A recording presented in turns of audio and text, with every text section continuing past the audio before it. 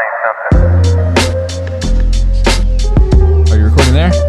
All right. I'm going to wait for you to come over.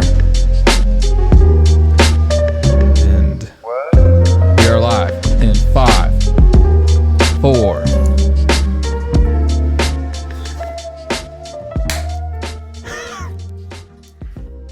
You excited? Isn't this fun? Oh, what's going on, everybody? Hi, everybody. We are definitely live right now. We're so live. We are on the mark. It is happening. Let's adjust this ears for my ears so I can hear everybody. Edmund, do you like the way your face looks on that? I like the way my face looks. All right, good. Good. Should we do a big intro to the... Oh, yeah. To the actual camera. Hi, everyone. My name's Edmund. My name's Edmund. And this is the Catholic Youth Ministry Podcast. I'm here with... My name's Nick. And just for those of you watching later on YouTube or Facebook or listening on the podcast, we're going live on Instagram right now. Yes. At our really awesome Instagram handle, the longest in the world. Yeah, if you haven't followed that channel, it is Catholic Youth Ministry Podcast. .com. No. That's the website. Instagram.com. The Instagram yeah, is okay. at Catholic Youth Ministry Hi, Podcast. Mary. I'm just Mary saying hi to everybody. Lenneberg. We got so many people. My wife is in here. Nick's too. wife is in here. Emily, what youth ministry questions do you have right now? So we're going live on Instagram, those of you listening in the future. And this is kind of like a pre-season 1 episode. We just wanted to touch our audience. And we wanted to have our audience touch us. And School so of Rock. That was a School of Rock. Mr. S. We just wanted to answer as many questions as we could and just get to know you. Even if you... Hello from San Diego. Hello, David. Hello. Young and Wild Catholic Thanks, Mamas. Ryan. That's Ryan. That's right. Ryan, what's up, Ryan? We're going to take some questions soon. Yep. Right now, we're going to explain what's happening. Intro. We're just doing the intro. Yeah, we were just doing the intro right now, but we're going to take some questions soon. So if you would like to be live in the feed, Request, and then we'll filter through those, and then we'll select them as they come. So just keep it there, keep it active, keep it live. Yeah. Invite other people into this as well. We're gonna go as long as we can. We're gonna answer questions as long as we can. We don't care. We got all our drinks ready. It's a Sunday night. Yep. We both have work in the morning, but if this goes to 4 a.m., we're going to do it. We're here for you. We're going to keep doing it. I'm going to try to wave at everybody as they come in. So we've been building up on Facebook and Instagram, just like a little bit of an audience, talking about, kind of building some hype about this podcast that we're really excited to launch. And instead of just launching it right away, we're trying to build up people who care about this to help people, to help youth ministers. Yeah. And also we want, we're just doing this ourselves, and we want people to help us build this. What do they want in a Catholic Youth Ministry podcast? What are they struggling with? What do they want to hear about? What questions do they have? So we just had this idea, let's just go live. Yeah, it's like that strategy, in youth ministry. Some youth ministers say, I want to hear from the high schoolers what they really want. You know? And that's good to a point, because we're doing that. You actually know what's best for them. Yeah. But sometimes you do want their added little input. Yeah. But at the very least, we get to know you. There are some really strong early adopters. The people right now that are listening to this are very smart, very attractive. They're the best youth ministers. I want to give a shout out to they have a some morning of our workout routine. They have a morning workout routine. They write every day. They pray every day. They read every day. Yes. We have some really strong early adopters. The young Catholic mom, is that Ryan? Her name's Ryan. Yeah. Ryan has been super supportive. Also Shannon Whirl. Yeah, Shannon Whirl has been super supportive. Shout out to them. David Piccarilli has been super supportive. Kyle Schaefer, super supportive. He says incredibly attractive. Yes, as well. All right, here we go. We got our first question in here. David Meets the World asks, do you want to read it? Yeah, sure.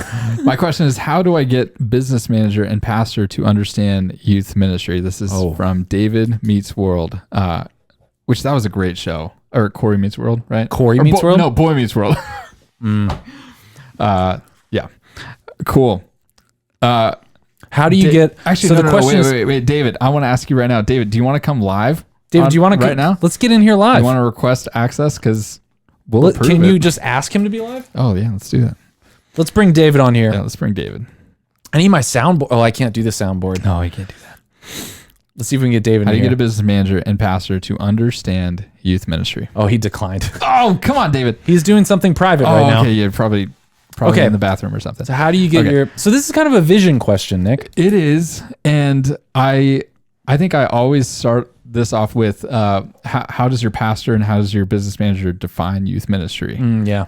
Because if your business manager only sees youth ministry as like a revenue source for like faith formation, like ongoing, like on a yearly basis, like youth ministry is only thriving if we have 800, across the board, K through adult formation.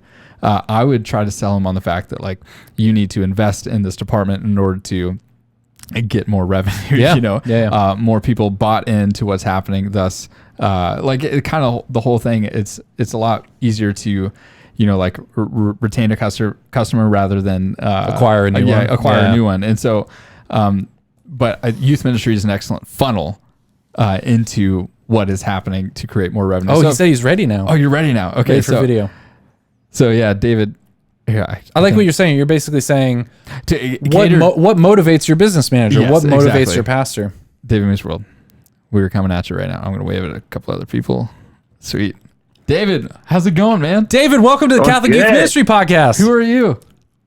So I'm David. I'm a youth minister in San Diego, California. Okay. And I actually started following you guys a little bit on Facebook, and you guys answered my question, so I thought that was pretty cool. Sweet. Well, tell us more about your business manager and pastor. They sound like great people. We are not done with your question at all. I mean, I think in essence they are great people. Yeah. And I think they have a great they want to see the ministry flourish, but I think sometimes they get stuck in a more rigid kind of mindset. And I believe that they compare our specific parish to parishes around our area. Yeah. Okay. So I strongly, passionately believe in ministry, but I'm relatively new to this parish. So I'm kind of trying to change the mindset a little bit, that it doesn't have to be done a certain way just because X parish is doing it that way, that we can adapt the culture at our parish. But they're kind of set in their own ways. So how do I influence them without being disrespectful and stepping on their toes? Yeah. Well, describe the surrounding parishes. Like, what is it that the business managers and the pastors like? Are they just like real big? Like what's the difference? And you guys are a smaller parish, or like what's? I think so. Historically, for when I was in high school, the parish that I currently work at had a very thriving ministry, and there's been a lot of change. The new pastor. Oh shoot! I was going to do screen recording. New Sorry. people in the office, and the current person, person that's kind of the father's right hand, has children in another ministry at a different parish. So they see like, oh, they're doing this at the parish that my children go to. Why aren't we doing that here? My struggle is that's great and everything, but I'm a part-time employee. They have a full-time youth ministry. Yeah. So you're part-time, and what are your responsibilities? High school, middle school, confirmation, all of the above, everything? All of the above. Yeah. High school, middle school, and so high school youth group, middle school youth group, and confirmation. Yeah. Dang, and you're part-time? First of all, you're a workhorse and you're amazing. I'm just going to say that right from the start. But right now, I couldn't. A big part of that goes down to my core volunteers, which is my fiance, and then 2 other young adults help me out. Those people, I could not get it done. Yeah. Well, first of all, I will say, that comparison is the thief of joy, but also like comparison like can be good insofar as like seeing like what is out there like in the culture of youth ministry and what is working. And so I think copying a culture is good to a point, but you yourself and the community that you have at your parish is going to express something completely different than that other parish has. And so whether it's tactical, you can copy whatever they're doing, but I think in the long run, you need to create your own kind of culture and community and whatever you're dishing out like in your youth ministry. And so what I always say, back to your original question of how do I get my pastor and business manager on board, I would, kind of finagle a little bit, cater to what they like and what they're looking for. And I think, we don't know what exactly it is they want. But I always say, like with the pastor, how would he define youth ministry? Yeah. And if you define youth ministry differently, then you're always going to be like just off. Like he's going to tell you to do something and then you're going to fulfill it.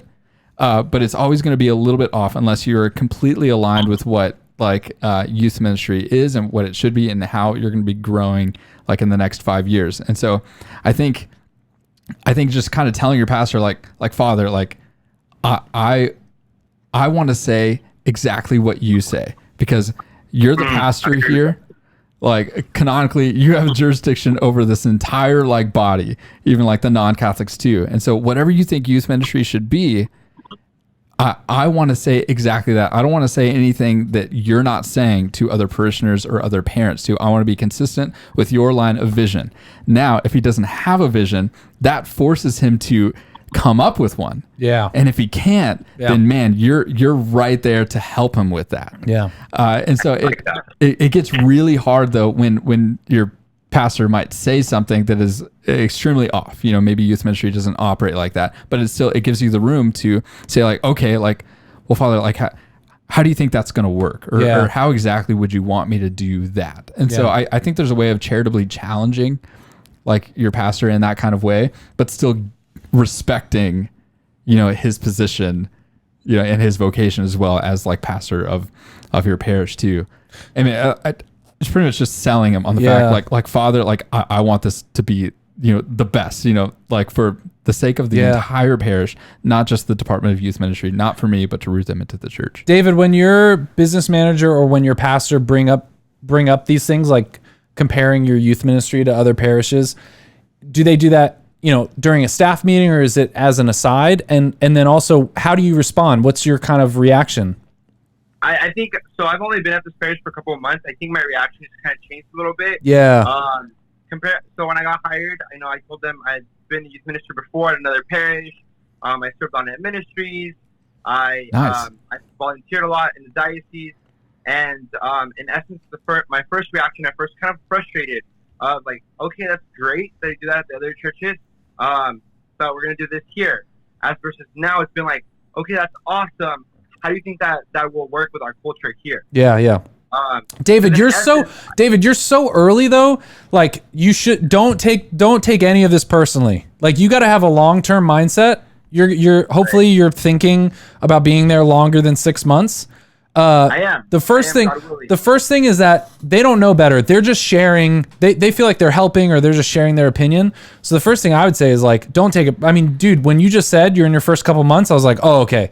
They're just trying to communicate to you what they want to see, and don't take it too personally. Like I think a lot of times our first reaction is to take that personally. Like, you hear someone that you respect, a coworker that you're going to have to work with, and they say, well, you know, this other parish, they're going to Cove Crest every year. And you're like, shoot, like, here's something else I have to think about. But I think just lean into it. Just go, okay, tell me more about that. What do you think about that? How effective do you, like Nick's saying, how effective do you think that is? What's the result of that? How does that fit into the bigger picture? If we did that, what would it, you know what I'm saying? Like, you're just a couple months in, man. Don't take that personally. You're going to be building up something amazing if you're really praying and really a part of this parish. Like, that's what I would say, is don't get beat down by that. It's not personal. You're going to have people voicing their opinions about stuff. You're going to have parents voicing their opinions, and you're the only one on staff who has the responsibility of really praying through all of that feedback. You know what I mean? And really, like Nick is saying, you're facilitating the parish doing youth ministry. Right. And so you want the business manager on board. He's going to share some feedback, and the pastor's going to share feedback. All three of you are going to have differing opinions, and your job is to help facilitate that, and you come to this amazing ministry at your parish. It's going to look like you're saying. It's going to look like you plus the ministry plus your pastor plus your business manager. That was awesome. I agree with everything you said. So I have one more question. Go for it. Leave it to everybody else. Yeah. So I think, you know, like I said, I served on net, and I've served in other ministries throughout my diocese. And from the youth ministries that seem to have more experience than me, they have expressed that youth ministry, you don't really see what's the word I'm looking for? You don't see the fruits of the ministry, or you don't see a well-established ministry until you're 5 years in. Would you say that that's accurate? Just the only thing that concerns me is that there's been a lot of overlap before I got to my parish. I mean, obviously I can't see the future or know what God has in store, but I would like to be there long term. I would hate that if, like, in 2 years, 3 years, God shifts my direction, that the ministry falls apart. If that's kind of like an accurate number that you're looking at, like 5 years when a ministry really gets established. Can I answer this real quick? I'm very passionate about this. Okay. David, I think you should always have the long-term mindset. In fact, I think your long-term mindset should be 20 years. You're always thinking 20 years. At the same time, though, you're always willing and open for God to bring you away. And what that does is it frees you up to think, how am I going to develop a ministry that will bear fruit in 20 years? Which makes you not make decisions like, oh man, these 8 kids, I got to bring these 8 kids to Jesus. Otherwise next year I might leave, or the following year, right? So you just have to do both. So you're always making decisions thinking, how does this affect our ministry long term? Case in point, there are so many times that I wish I would have spent more time developing core members. That sometimes takes 2 years, 3 years to for a core member really to like be on fire, really get how this ministry works, really find their place in it. So you should always be thinking long term, and build up systems, be thinking about your ministry. We're in this for the long haul. I want this to sustain and last. And if the Lord brings you out of it, or the parish changes or the pastor changes, that's fine. But at least as you're making decisions, you're thinking, I might be here 5 years. Because when you don't want to make that decision is after you've been there 5 years. You've been there 5 years and you're like, man, I wish I would have been thinking about this. And I wish I would have done that more. Now that I've been in ministry in general 7 years, I'm like, man, if I would have started keeping track of all of the talks I gave 7 years ago, I would have had all this stuff organized, all this great. And I just wasn't thinking about it. I was like only thinking about this weekend. Okay, this weekend I got to write a talk. We'll just write on a piece of paper and then we're done. And instead thinking long term, I'm writing this talk. Am I going to need to use this talk in 10 years? Maybe, think long term, awesome. Pray about the short term. And I think you'll do good. I think if you talk with everyone around you, like I'm thinking long term, and it might not be you, like you said, but you're going to build an infrastructure, systems. You're going to train up volunteers so that even if someone else comes in, this is long term.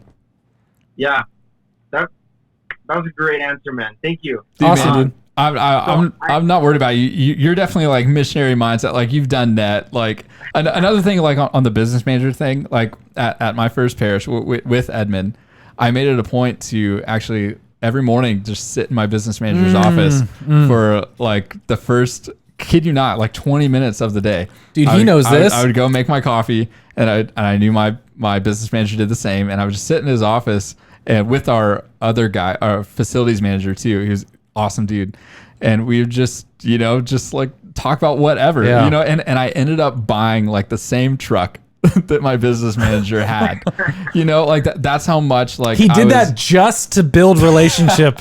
No, you should buy ministry, man. Relational ministry. What kind of vehicle does your business manager drive? Buy the same one. What does he drive? A caravan? I don't know if I'll fly with my fiance, but we'll see. Okay. Just buy the exact, start wearing the same shirt. Yes.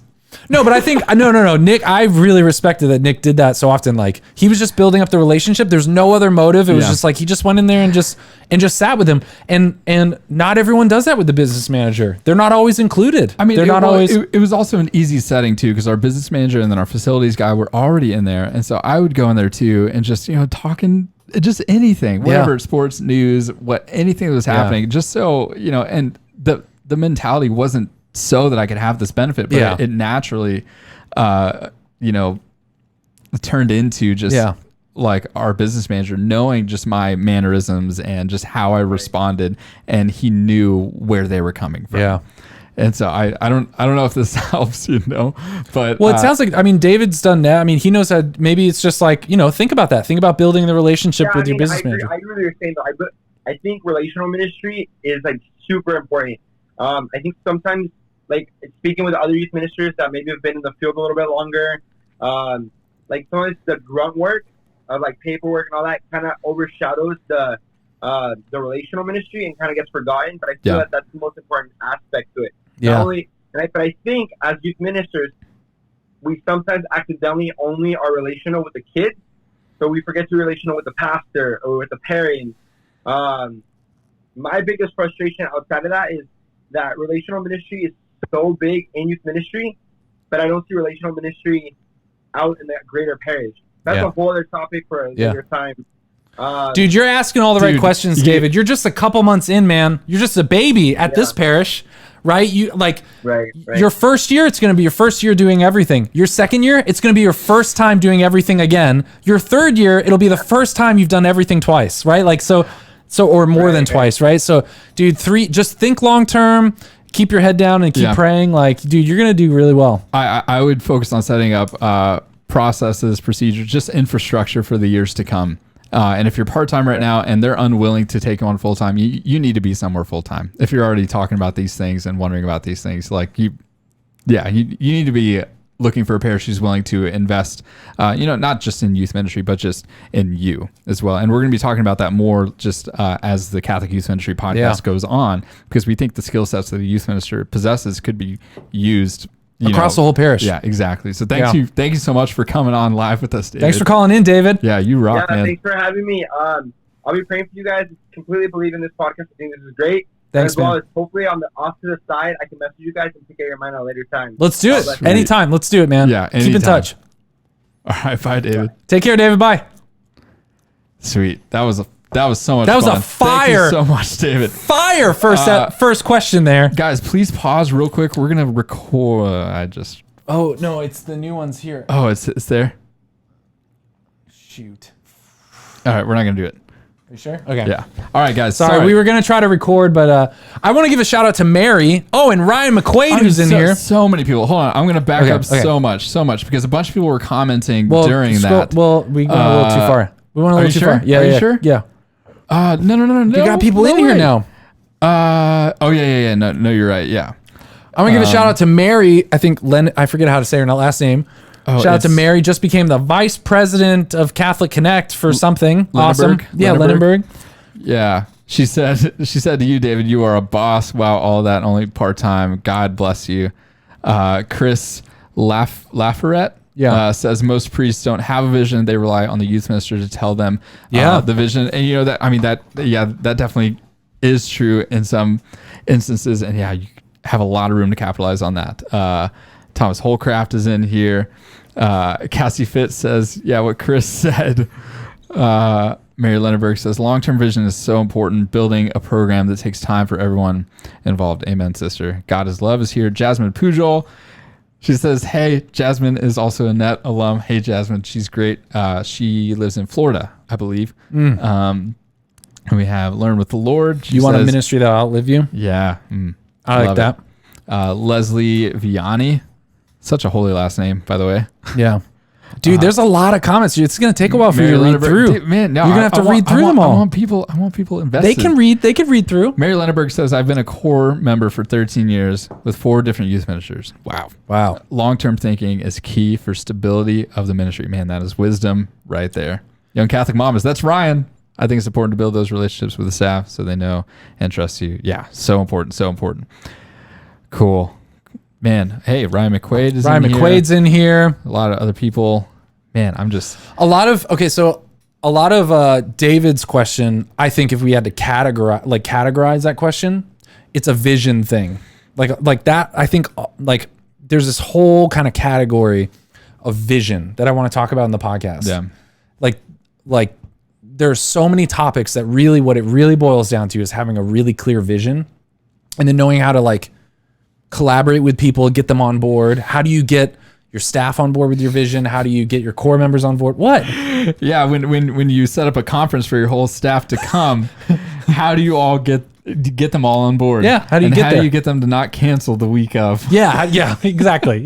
We'll talk about the difficulties of that. Yeah. But I think vision is a big category that not enough people talk about. Is how do you articulate your vision? What is a vision? And is there a vision more? I think a lot of people get frustrated by vision and then they're just like, well, we just do a program and we hope kids come to Jesus, and they don't think, and I'm the opposite extreme.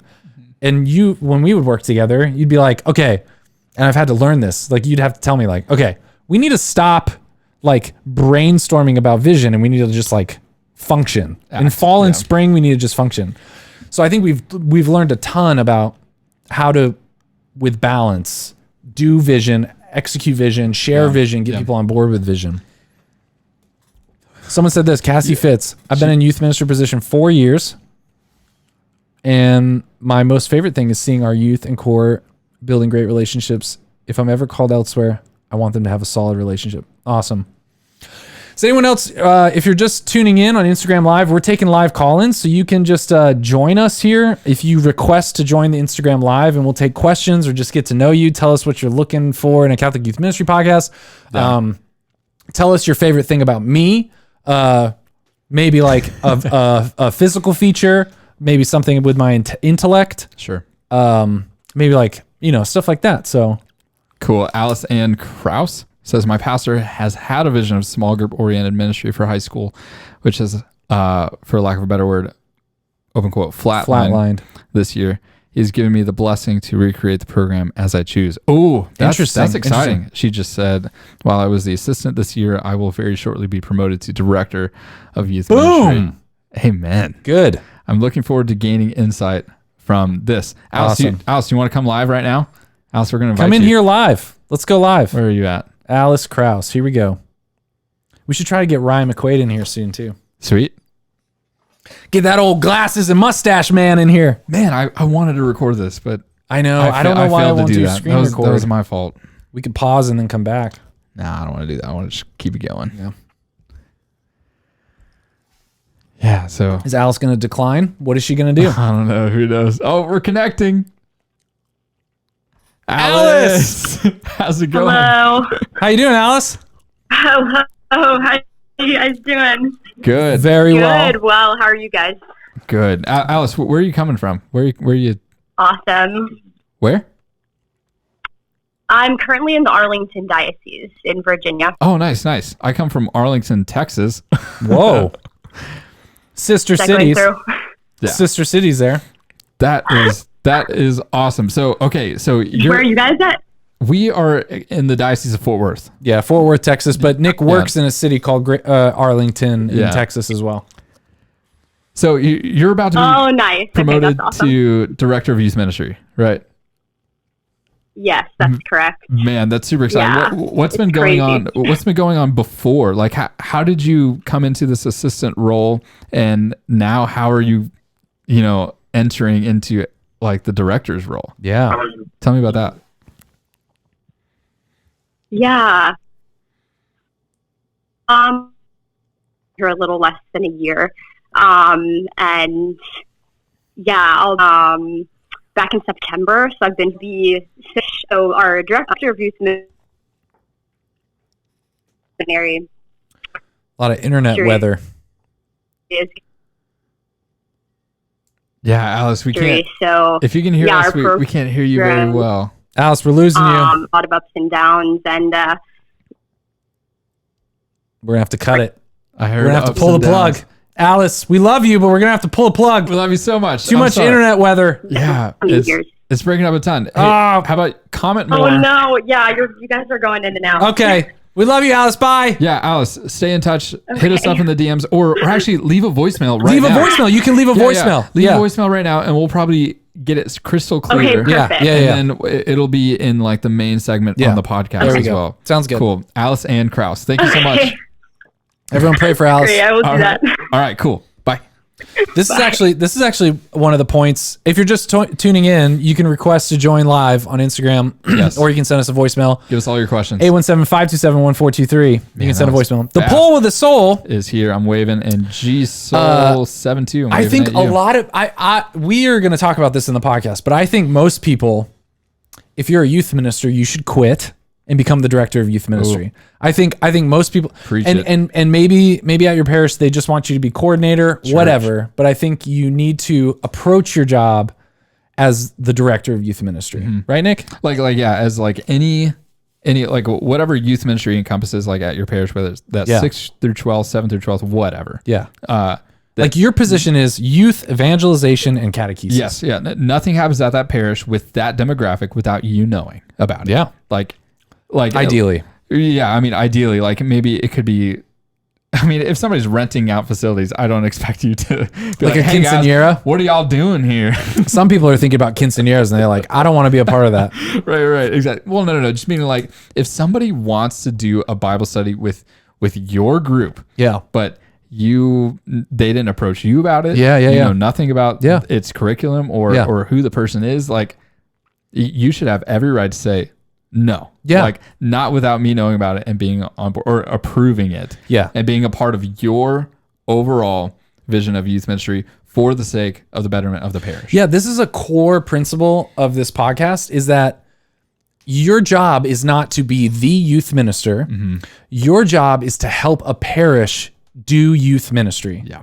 And that means everything in any way that your parish interacts with youth. That's your job.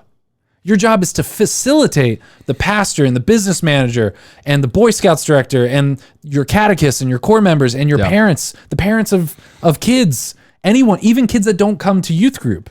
Yeah. Your job is to help your parish reach every single youth in your parish boundary. Yep. The ones that are Catholic, the ones that aren't, everyone. Yep. I think it's important to also say that like it is like often tempting to look outward for excitement in your youth ministry, but often like if you're in a parish that's already been working at it, that there's a lot that needs to happen internally to support that outward reach that you're going to be producing. And this is one of my other pet peeves, just because this is going to be a fiery podcast. Like just the podcast in general is going to be fiery because I'm going to talk about my pet peeves. I've heard often this whole thing like, we're there to be an advocate for youth. And I get that. I just want to make sure that you're not hearing me say you're helping the parish do youth ministry, and what you're hearing is, oh, we're going to be an advocate for youth. Youth want streamers during the liturgy, so I'm advocating for that. That's not what I'm saying. Yeah, what I'm saying is evangelization, which is very different than like, well, we need youth represented in the Knights of Columbus. It's like, no. Well, you're helping the parish reach youth. Like that's like not just reach them as in like get them involved, but put them in touch with Christ, evangelization and catechesis, and then ultimately missionary activity, right? Like that's my hot take.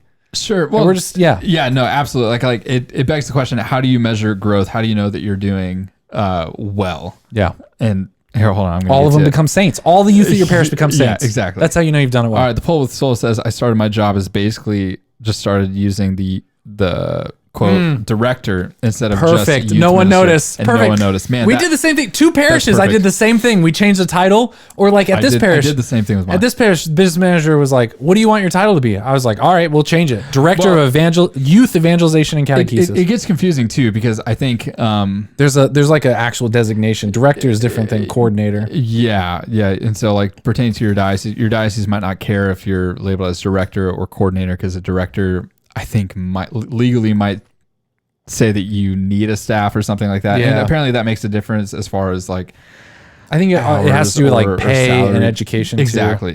So who knows? But the fact that nobody noticed at the that happens at a lot of parishes. Seriously, like I did that as an experiment. Like I just did something and I just wanted to see if somebody would say, well, that's not how we started. Like, are we going to do anything else? And so, and I think I learned that nobody was bought into what I was doing. Yeah. And so since nobody was bought into what I was doing, they didn't care. I in a sense, like it gave me the platform to recreate and to reach them again. Father Brian says, thanks for doing this. Father Brian, you're the best. Yes. Thank you for being a priest. Thank you for sacrificing so much for us, the laity. Cool. Thank you for offering the mass for us. Yeah, David is back on. He says, I agree with that statement, but sometimes pastor and stuff don't see. It's true. It's going to take a while to get them on board. Kyle Schaefer in the house. Where's the line with parents? Kyle, do you want to come on? Kyle, I'm going to invite you right now. I didn't even read your whole comment. There we go. But I'm going to invite you right now. Actually, I'm going to read it right now. Kyle says, where's the line with parents? Like parents are often more unchurched than their kids, but then isn't that adult ministry? So let's ignore them and let the other staff deal with the parents. So what do you say about that? But then isn't that adult ministry? I would argue that you as a youth minister have experience in adult ministry. Yeah. Provided. But this is a problem. But this is a problem. Just burped right in this the is mic. like the problem, the chicken and the egg thing. It's like, well, we want to reach youth, but then you realize that their parents suck. So then you're like, well, then we got to reach the parents. But then you're like, well, parents. All of their parents. But then you're like, well, their parents suck because they had a sucky childhood. And then you're like, okay, well, then we got to reach youth again to get better parents. And then it's like you just keep going in that circle, right? Yeah. It's one of the assigned seminarians at our parish when I worked there. He said, and it's always stuck with me, that parents have a child's conception of the faith. Yeah. Because of either poor catechesis when they're growing up or just a lack of, a pursuit on their own. And so now they're here out of like sacramental obligation, or, you know, they just decided to like, oh yeah, it's nice to get married in the church. Oh, it's nice to raise our family in the church. Yeah. And they just don't know what to do. And so like you could give the same talk that you give to high schoolers to an adult, and it would be so valuable to them. Yeah. I think the key is that your adult ministry is actually to like one to the parents, but then two to your like team that is also facilitating the night for you. Like you are feeding them to feed like your own. You're producing a tree that's going to dispense fruit, but the fruit is going to produce another tree or something like that. I think you need to think about parents. You need to be thinking, how do I include parents more? How can we do evangelistic moments that involve parents and invite them? But I think the danger that you don't want to fall into, and I've seen this happen with staff members that work under me, is your focus of your job might be K through 6, or the focus of your job might be high school kids or middle school kids. And what you don't want to do is stretch yourself so thin that you're trying to reach everyone. Like your primary focus at your parish, we're trusting you to reach youth and help the parish reach youth. So if you're also going to be focusing on parents in a way without really healthy volunteers and really healthy ministry and really healthy, if you start focusing too much on trying to do everything, you end up doing nothing. So I think like just make sure that your primary focus is going to be the youth. And then oftentimes that'll put pressure. A really healthy youth ministry will put lots of pressure on an adult ministry that's kind of flailing. Seriously. And so Kyle, like you should operate in a way like with your parents, you know, of the kids in your youth, like you should operate in a way like in feeding them to the point where your adult minister, you know, at your parish is like, hey, you're doing a lot with, you know, I guess my responsibility, you know, and then that would bring up just like, man, clarity of vision in your whole parish and like the line of authority and like what you guys are trying to communicate. And so like that would be amazing. Like your adult formation director or whoever should be invested in what youth ministry is doing. So like, I mean, they should be working in tandem with you in getting those parents. And so like, where's the line with parents? I would say, since just by virtue of their kids being in your program, you have full like authority to preach and teach to them as well. There's been a lot of times we've talked about this where if a healthy model, what we're going to talk about in this podcast is a healthy model for evangelization for a certain age demographic. That model is transferable to adults, to young adults, to youth ministry. Like you're not just a youth minister, you're a parish staff worker doing evangelization. And the model is transferable. If you're doing a healthy, like whole path of discipleship, clear path, evangelization, catechesis, missionary activity, if you're doing that really well, that model is transferable to the adult program. So I think like you have to kind of put that, it's kind of like the love and logic, you know, thing. It's like the boundaries thing. Like operate your model in such a way that people at your parish are like, you know what? We want to start doing that with our adults. Can we start doing that? And I think that's the best way to kind of approach it. What else we got? If you're just tuning in, be sure to hop in on the Instagram Live or request to come in live, ask questions. We'll have you on. So Mary Lenneberg says we do parent nights 4 times a year with talks direct to the catechism. Yeah. She says that as a former youth ministry parent, like she knew nothing. Kyle said he's got 4 kids sleeping in beds. That's why he didn't tune in. It's okay, man. It's okay. Come on, Kyle. Parent life. I get it. Priorities, man. 4 kids. That's awesome. Young and wild Catholic mamas. Also Ryan, she says, I feel like Catholics have the advantage of being able to be called youth pastors. Director sounds like the next closest thing. I mean, that's transferable for sure. The Pole with Soul says, I think both. We need to help the parents, but also ask the person who is in charge of adult faith formation to do more for the parents. I think, but the challenge there is how do you ask that person without ordering them? You can't order them. If you're not their supervisor or, you know, just point to person like that could come off like really harsh, you know, depending on how you do it. I'm sure you're an amazing person, but like that's definitely something to consider. How do you give that kind of feedback without it being perceived as, you know, you stepping on their toes?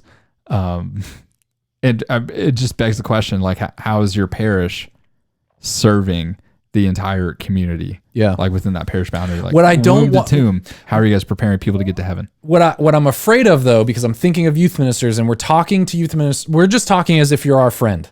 Like we're just talking like you're a youth minister working at a local parish. What I'm afraid of is sometimes youth ministers get in this trap of blaming their inability to reach youth at their parish as like start getting tempted to blame that on the parents. Well, like this is really difficult because they're not getting it at home. I think the opposite approach would be you want to have so many kids like on fire for Jesus Christ. Like what a good problem to have, to go to your adult faith formation person and be like, hey, this problem we have all these kids that are super on fire and their parents are the ones that are kind of stopping them from living it out. Yeah. Instead, what I'm afraid of is that's not the situation. They're youth ministers that are just frustrated. And so they're looking for something to be like, well, it's the parents. The parents don't want to bring them, or the parents don't want to do stuff, or the parents don't want to do confirmation, or the parents. So just don't use that as an excuse, you know? Sure. I mean, two things from that. If you're adult minister, formation director, whoever, like if they don't know what to do and they're open to something, like you definitely have a need and you definitely have ideas on what these parents need to know. Yeah. And so tell your adult minister, formation director, whatever. Yeah. Here's what you should do, and like map it out for them. Yeah. Make them work for you in a sense, like in a good way, but for the sake of the betterment of the parish. Collaborate with them. No silos. Collaborate. How can I help you reach parents better? Yeah, exactly. How can I help you? You know, like ask questions. What's your big problem? Like, what are the things you're worrying about in adult ministry? And number two, you know, like there's going to be a time where you're not going to be that student's youth minister, and the parent is always going to be their parent, and they're always going to be there. Every time I meet with parents, I always tell them that they are their first teachers, and in the same way that they taught their child how to walk and how to talk, how to wipe, they're attempting, you know, and even some of the parents would admit that they're attempting to teach them the faith. Yeah. And so if you give them, some sort of, or if you equip them, and empower them to know the faith, and actually give them examples on how they can do it, how they can do a night prayer of some sort, how they can follow up with their child after one of your youth nights. After a retreat, seriously, equip these parents. I always tell every single parent, you're invited to absolutely everything. Yeah. And the biggest pushback that I get from parents is they always say, well, I don't want to be my faith to be my son or daughter's faith. And I say like, wait. Are you kidding? Like, and so I ask the parent, like, is there ever going to be a time where you're going to stop loving our Lord? And they tell me no. I was like, well, then I don't get your argument. Then, like, you know, if you're always going to love the Lord, like, then your relationship with our Lord should be the same, if not like a carbon copy, like in your child. Like, they're going to be an imitation of you as you are an imitation of Christ too. So we got a request here. Who's coming in? There's a lot of comments, and we want to get coming in hot. Alice is coming in. Alice Krause coming in hot. Oh wait, weren't we just live with Alice? No, we were. Oh, maybe. Yeah, I think we were. I think the internet sucked. Was that the problem? Yeah. The internet was being terrible. Okay, where are we? If you're just joining us on Instagram Live, be sure to hit request and join in here. Ask a question, introduce yourself, tell us about your situation. Maybe she got better internet. Maybe she came back with better internet. She went and got Fios, and she was like, all right, I'm ready now. Yeah, or the Google Fiber thing. She upgraded all that just for this. She called Verizon. She was like, listen, I've had enough. Okay, Lil Webb's just joined. Hot dog, that's right, Kyle says. We cannot do everything. Good point, boys. Oh, you're a boy. And agree. Exposes an adult minister's skills with lack of. Ooh, hot. I mean, honestly, like by virtue of that, it would. Listen, guys, this is something you need to prepare yourself for. You're going to be listening to this podcast, the Catholic Youth Ministry podcast. Yeah. It's going to make you so over-equipped for your job. It's going to make the adult ministers at your parish go, where's the adult ministry podcast I listen to? Because you seem so equipped, so well-formed. Your evangelization, this model that you're doing in your parish is firing on all four cylinders. All of your kids are canonized, and they're all priests, and they're all in holy marriages. Like, what the heck? And you've got a dozen interns working under you. Look, we don't want everyone to subscribe to this podcast because we only want people who are ready to bear that burden of being the most excellent staff member at their parish. That's a heavy burden. Who else we got? The Life of Adam. Hello. Big supporter of us. Life of Adam. True to awesome you, guy. 432. I believe that's Lawrence that they are taking it home. Okay. Amen, brother. Yeah, they got to take it home. That's a big Camp Fort Worth thing. I know. We got a lot of hearts coming in here. I know what you're saying, Lawrence. Kids should drag their parents to church. Kyle, I think you should start saying that at every youth night. You say, drag your mom to church. I mean, he's saying that's our culture, right or wrong, and it's true. And I think right now, like, there's a lot of hype in youth ministry, and it is resulting in the fact that like the kids are evangelizing their parents. Which, man, that is a product of a great youth ministry. Yeah, dude. Yeah. Cool. True. The Pole with the Soul says, my pastor even said that I don't blame the teens for not going to mass. I blame the parents. Amen. We can't blame the parents either. Don't blame them. Help them, serve them. Seriously. Don't blame. One of my big things. Yeah, it's all your fault. That's one of my other. That's going to be an episode. It's all your fault. Oh, that's good. I mean, I tell every parent at parent night, I say, like, my job exists for you. I'm here to serve you, to help you catechize your child as best as you can. And I'm always willing to work with a parent too, even sacramentally for all those guidelines as well. I tell them that I understand the needs of a family, that things come up. Yeah. I tell them that like God is first, family is second. Chipotle is third. School is third, and then youth group. Yeah. If we're talking about sacraments or something, that might wiggle in somewhere else. Dude, people are going to come in the comments and be like, "You're putting school third." School, because people are like, God, family, school. I know, but people are soccer practice. Soccer practice. No, but what people are thinking is they're thinking, no, everyone's putting school before youth group. I can't get people to come to youth group. But I get what you're saying. You're saying like you are a student. You need to make good grades. Right. Well, if you tell a parent that they should be coming to youth group instead of school, doing their homework, you've turned them off. They're gone. They're like, okay, he does not have the right motives at all. He's not thinking about, he doesn't have my best interest in mind as a parent. All right. Tati Bell 19 is in. Hello. Hello, Tati Bell 19. Okay. Alice is saying she's trying to get that good connection. Oh, Nick Red is in here. What are you doing? Hello, Nick Red. Scroll that down. Hold on. No. Put the keyboard down. How do I do that? Oh no. No. Why don't we do that? There we go. Oh man, now we're all the way back to hot dog. Scroll. Such a delicate touch. Yeah. All right, Nick is in here. Hello. Man, you were waving at everybody. Colin Lee from Canada, I think. The Life of Adam says, so let's talk about outreach involvement in your nearby public high school. Adam, come on in here. Yeah, seriously. Request to join Instagram Live. Get in here, Adam. Call M Lane. Let's hear your voice. One of my biggest annoyance is youth ministers raging on parents. Yes, ragging. They are not. Not raging on. How do you rage on what would that look like?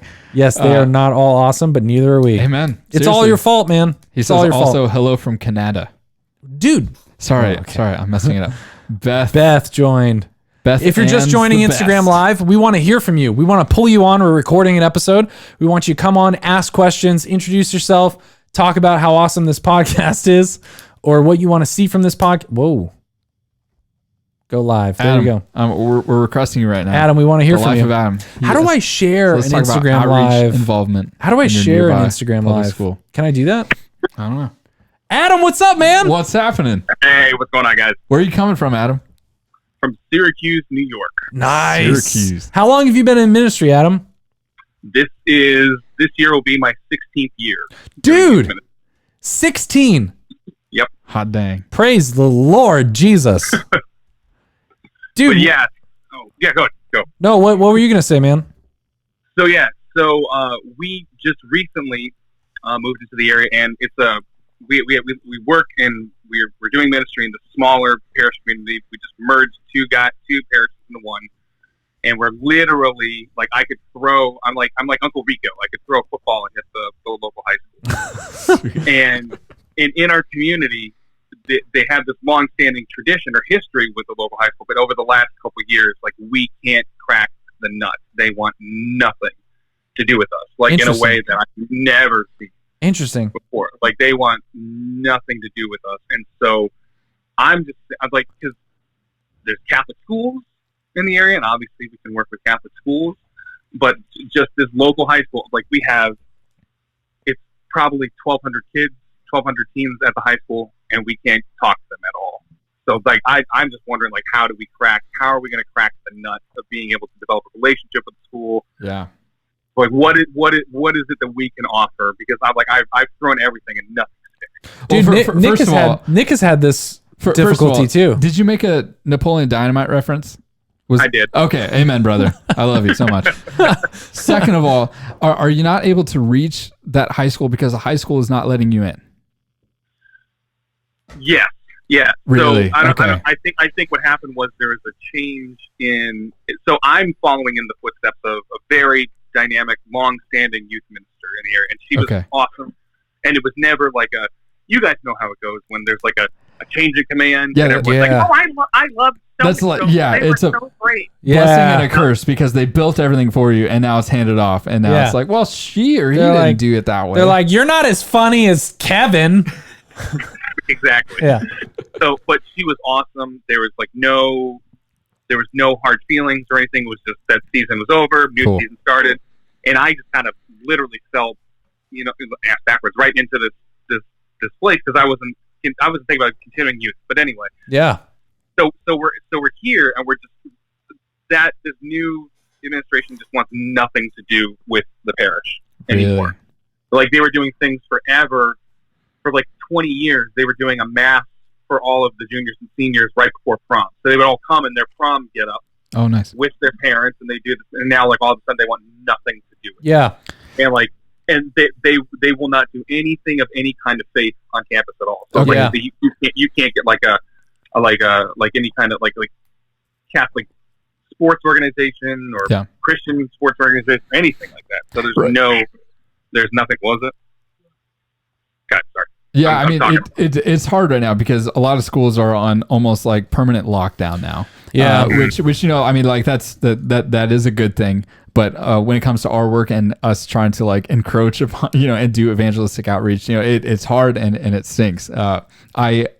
When we worked at the same parish, I reached out to every single middle school, every single like public schools, public middle school, public high school, and asked if they would be willing, to let me and a small team, of other team members to just come for lunch and to just dwell with the kids. Yeah, and they wouldn't let them. I mean, a vast majority, said no, because we weren't known. If there's a connection with a parish to that school, I mean, that definitely helps when talking to an assistant principal or the actual principal or president of the school if you're talking about like a Catholic school. Yeah. But if you can't get into a Catholic school, then man, that's just you're just SOL there. I don't know how to help that. But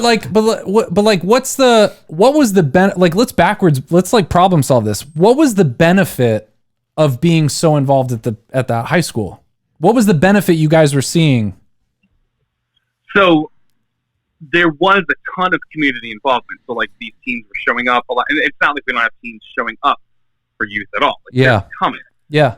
But we're seeing a lot of our teams are commuters from other areas, like nearby neighborhoods or nearby because it's one town, it's Syracuse, and then there's a bunch of different villages that kind of comprise the area.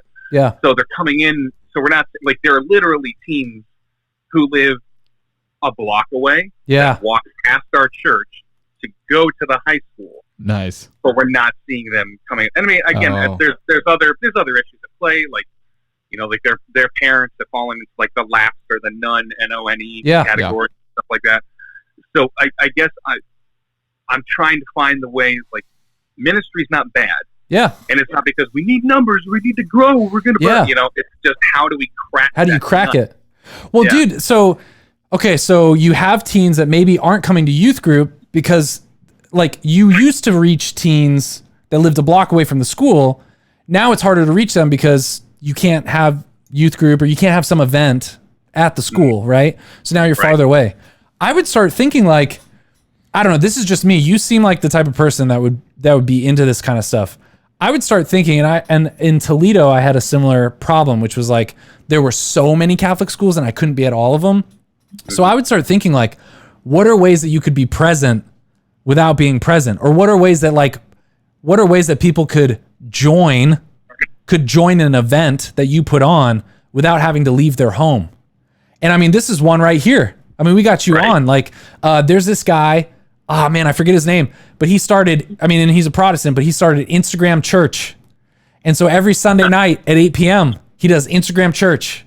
And people can join in, and there's music, and there's it. Like, I don't know if this is in your wheelhouse, but you could start thinking about like, what if you empowered a teen to host some type of like Instagram live church conference during lunch, or like some type of like Google Hangouts, or some type of like, you send them videos on their phones, or, you know, like what are some interesting ways that you could show up and give them an opportunity to just be like, well, I don't want to drive all the way there. My mom won't bring me. You do something, right. You know, like, and you can even make it like, you can make this a huge upside. Just be like, they won't let us there anymore, so we're going to do it online. You know, like whatever the events were that you used to do, if it was an award ceremony or some type of mass or something, like, hey, they won't let us there, so we're going to have a live mass viewing party at high school, whatever, and get some of your teens to go in and be like, all right, we're going to view mass here. Like, there might be some cool ways for you to, I don't know. This is just some weird ideas. I don't know if that works for you guys, but that would be cool to just start thinking about what are some other ways to turn the energy that you were using for that and say, all right, well, instead we're going to get every kid curious about this. Like every Friday during lunchtime, you know, Adam gives a sermon, you know, and a bunch of kids pull up their iPad and pull up the thing. They just know every Friday at noon, Adam's coming in with like a hot take, and you speak directly to that high school. You're like, hey, I'm talking to you, high school, whatever. Like, that'd be really cool. You know? No, that's actually not a bad idea. Kind of doing like a guerrilla underground kind of thing. Dude, they can't stop it. They can't stop Nike. They can't stop Under Armour. They can't stop these people from being at that school, right? So like, I mean, right. The kids are gonna love it, and you just start talking. We started doing some videos where we were making these dumb YouTube videos, wishing like our local high school like good luck on their football game. Oh yeah, for their homecoming game. We're like, good luck Mustang football, you know, just like stupid, you know, like just stupid stuff just to get into the culture. If you want the link to that video, just send us a DM. Yeah, we'll send it to you. Yeah. But Adam, does the high school do they allow the students to do off-campus lunch at all? I saw that there's a question right there that somebody asked. Really? Somebody said no. They don't let people go off. Dude, that's perfect, because like it's finding like your men's club or nights club to just make all the food and just make the lunch extremely affordable, you know, to just get people in the door, you know, and just have something to do, just create hype to start that funnel of discipleship in. But man, that sucks that they don't do that.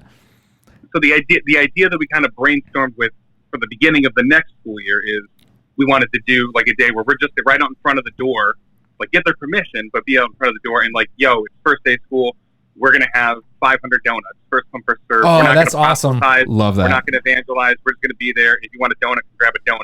Yeah. But it's literally to the point where my pastor and I were talking about it. We said, look, if they say no, you just walk half a block down the street to the public street corner, and we'll just do it there. Yeah, I've heard people do that too, where they're like, hey, meet me at Whataburger across the street from the school before school starts, and I'll buy everyone biscuits, and then, or Whataburger chicken biscuits, and then we'll go, and then you can go to school like early Bible study or something like that, you know?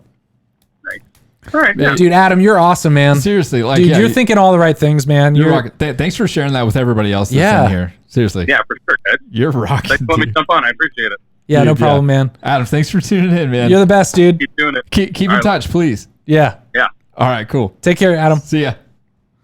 He's such a cool guy. He's been really active in a lot. I don't know. I just see him a lot on Instagram. He's such a cool guy. Who else have we got here? I think I fell in love with Adam. I'm just gonna be honest. I think I fell in love with him right then and there. I mispronounced this guy's last name. It's Line. I'm so sorry. Kyle says correct order: 1, God; 2, soccer ball; 3, Netflix; 4, hot dogs. Hot dog. Ray Pickens. She is in here. Ray Pickens, Beth, Cassie Fitz. I think you can share an Insta Live after it's finished. We will. We might do that. Mary says go. Because I was asking how to share. I was asking how to share it. Katie Smith is here. She's a youth minister at St. Joe's in Richardson. She is a great evangelist. Hello. The Poet Soul says, I started a Catholic club at a public school. It was one of the clubs that teens could choose from. The students wanted it, and the principal let us have it. Yeah, that is amazing. You know, in my search for the schools like in our area, there was one school that was so supportive that allowed us in. We just could not proselytize. We could stay, you know, at one table. They didn't want us hopping around or things like that. But in between lunches, we could hop around and something like that. They didn't want you going to a different lunch table and be like, hey, Kevin, do you know Jesus? And you know what? Like, Adam, if you're still in here, like another huge thing is some of our students would come and ask us, can you speak at our FCA? Yeah. Fellowship of Agricultural Christian agricultural Yeah. athletes. Yeah. And What is it really? Fellowship of Catholic of Christian athletes? Okay, yeah. Right, yeah. Christian, And yeah, one of them asked Edmund to go speak at it, and he was like, "Heck yes, I'm there." Like the ability to be like to represent your parish, like through that, to start that funnel. Maybe there is a fallen away Catholic there. Yeah. You know, like, man, it's just the possibilities are endless. The questions were like, "Hey, hello, Mr. Edmund. Are Catholics Christian?" Those are like the questions. But I mean, Adam brings up a good point. How do we reach those that are in our neighboring schools? Especially if schools are shutting down. The demographic is right there. I mean, yeah, like, but the schools are like, no, we don't want anyone here. I went to our nearby Catholic high school, and it was a lockdown kind of thing. Like, I went in, you know, just known by even like the chaplain there and other like teachers, and I went to check in because I bought a bag full of Chick-fil-A sandwiches, and I was gonna hand it out to all of my like confirmation candidates that happened to go to that school, just to build rapport, you know, relational ministry. Do it. And it was we gotta start it again. We gotta start this again. No, are we gonna don't share. Don't share that. Yeah. No. Yeah. Are So you then, sure? Yeah, because then it will come up. Wait. There you go. Go live. Because it will give like 2, and then it's hard for people to join live. Okay. Hey guys, we're back. And we're back. Again. The live ended. This would be a good time to do a voicemail. Yes. Do you want to do a voicemail right now? Sure. Okay. Ryan McQuaid joined. Ryan. Hello, Ryan. Ryan's coming on the show, everybody. Sorry, Ryan's guys. We back. hit our 1 hour mark, but we will not be boxed in by Instagram. No. And you will not be boxed in. Can't put our Lord in a box. You can't put our Lord in a box. Johnny Some Philp, people everybody. calls it a tabernacle. Well, you could put him in a small box with gold. Right. Hey, we need to get some people back on here. Ryan, get in here, man. Yeah, Ryan, you got a question? Ryan, get in here. No, Ryan. Oh, we got a request. Well, yeah, it's Alice again. I think her internet connection is better. Well, we'll see. Okay, let's try it. How did she get her internet better? Like, did she? Yeah, did you subscribe? Did she cover to her house Google in Fiber? aluminum foil? Like, what did she do? Put a big antenna. Hello. Hey, Alice, how's it going? Hey, is it working this time? It seems good. I don't know what you did. Okay, great. I don't know. I just Did you came shut back down? to the same room I was in before. Did you shut down all those Bitcoin servers that are running in the background? Yeah, you're just mining. Oh, Just yeah. mining for Bitcoin. Get that Ethereum. That youth ministry pay is just not cutting it. It's not cutting it. You got that harvest. Oh my gosh. Alice, what's going on?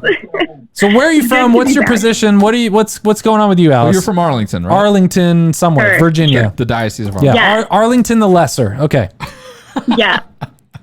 I mean, I guess I can't compare because I haven't been to Arlington, Texas. That's so true. I That's don't know. true. That's But true. Maybe it's Arlington the Greater. We Home don't of know. the Cowboys, home of the Texas Rangers, Yeah.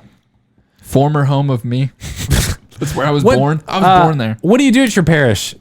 Oh, begin the yeah. internet problem again, Alice. Your internet. Alice, direct. your husband's streaming Game of Thrones in the other room. So currently, I'm the assistant.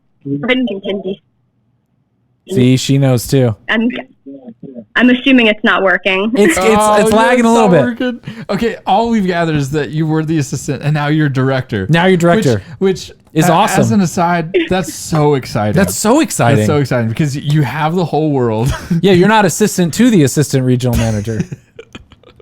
Exactly. Huge office fan. Have you so fired? yeah, exactly. Have you fired a weapon in the office? Have you discharged Okay, a handgun? Not yet. Maybe I can put like someone's stapler in Jello. That'll be a first. That'd be good. Good start. Yes. How Make long- Sure it is a red swing line. How long have you been at this parish? So I've only been here less than a year. Okay. Wow, that's a quick ascension to power. Yeah, you're doing something Yes. right. Yeah, well, our director of youth ministry, he's going to seminary in the fall. Okay. So, That was smart. Yeah, which is that was awesome. smart of you to send him there. Don't you love it when that happens? Just yeah. So I'll be moving in as the director of youth ministry. Nice. And Awesome. we've been, it's really cool. It's kind of crazy, but something, a model that's been really encouraged is using a small group orientation, Yeah. which I think is I think that's really beneficial a lot of times for young adults or for college students. Mm-hmm. But just wanted to hear your opinion, both of you, on that for high school, because I know that it can work, but it hasn't been super fruitful, I guess, in our first year of trying it. Okay. How have you guys tried it? Like what when you say you've tried it, like yeah, like what did you do? Did you just say, hey, we're doing small group and just send an email to all the parents and said, we're doing small group? Or did you train volunteers and launch it? Did what have you, when you say you've tried the small group model, like what was it that you guys did?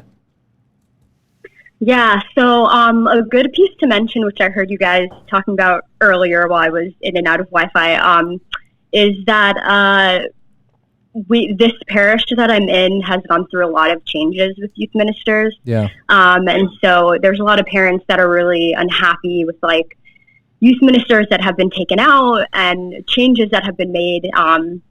And so there are certain events that traditionally the parish has participated in every year. Awesome events that our diocese puts on. We have a really great diocese here. Yeah. So those are good things that people always want to hop on board for. But the challenge is that it's like, okay, for that 1 week in June, there's all these teens that want to come and be a part of this camp. And then it's hard to kind of bring them on board for anything else. So I think what has been helpful is having something steady, like, okay, if I've also been kind of our director of religious ed and youth ministry, so me and this other person have sort of had a dual role. And so it's been challenging to really give everything to the youth ministry program. I think now that I'll be specifically in that role, it will be much better to be able to dive into that more. But so I think the benefit of just kind of trying consistently to have a time and place to meet has worked. I've only been facilitating girls' small groups using a Walking with Purpose study, Bible study, which is good. So I think it's just maybe part of it is like maybe we've been playing it too safe and need to kind of take more of a creative risk. When you describe small groups, are the small groups primarily, 8 to 10 teens with one leader following some type of study? Yeah, so the one that I've been doing, we've been following a Walking with Purpose study, and it's really only been like 4 or 5 girls that consistently come. Again, because there's been so many changes in the parish and certain events that people really look forward to and kind of only come to those. We've struggled, I think, just to have people who are consistently interested that will come. What's the size of your parish? What's the size of your parish? That's a good question. If you had That's a good question. I had think a ballpark it.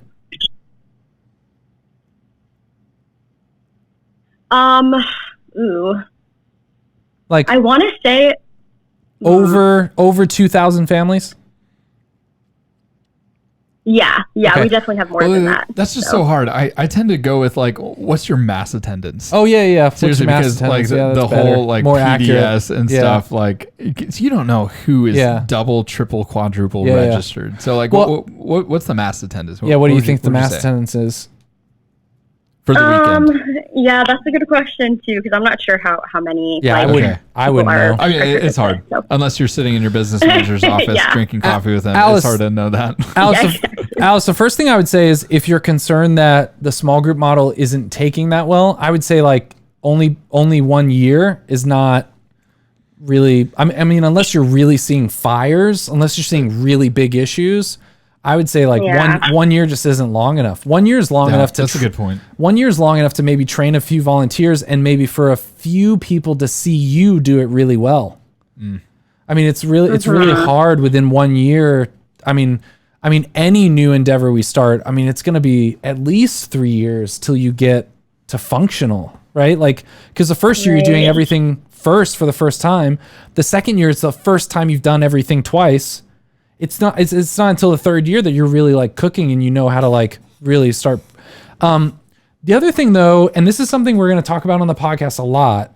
And this is something that totally transformed the way I thought about youth ministry. I used to think about youth ministry as like, okay, what method or model am I going to pick? And a different approach is to think about the whole journey of evangelization. So if you're more business minded, you could think of this as like a customer, like the buyer's journey. But really this comes from the RCIA model, the catechumenate. And so you want to think, what are the stages? If you think of a teen that doesn't know that your parish exists at all and isn't even Christian, all the way through a teen like your most ideal, on fire, missionary minded, fully converted, on fire for the Lord leader, right? There's a lot of stages in between. Yeah. And I think a lot of youth ministers get caught up in like, well, if we do life teen, or maybe we'll do small group model, or maybe we'll do alpha, or maybe we'll do this retreat. And so they get caught up in the particulars instead of helping their parish or thinking along a path of discipleship. And so one way to think of this, right? So just real quickly would be, okay, there's pre-evangelization. So everything that's just, building up trust for someone who's not even Christian to even listen to you. So that could be like a community event. It could be any interaction that your parish has with non-Christian kids or non-Catholic kids. So there's pre-evangelization. Then there's evangelization. There's like that explicit proclamation of the gospel.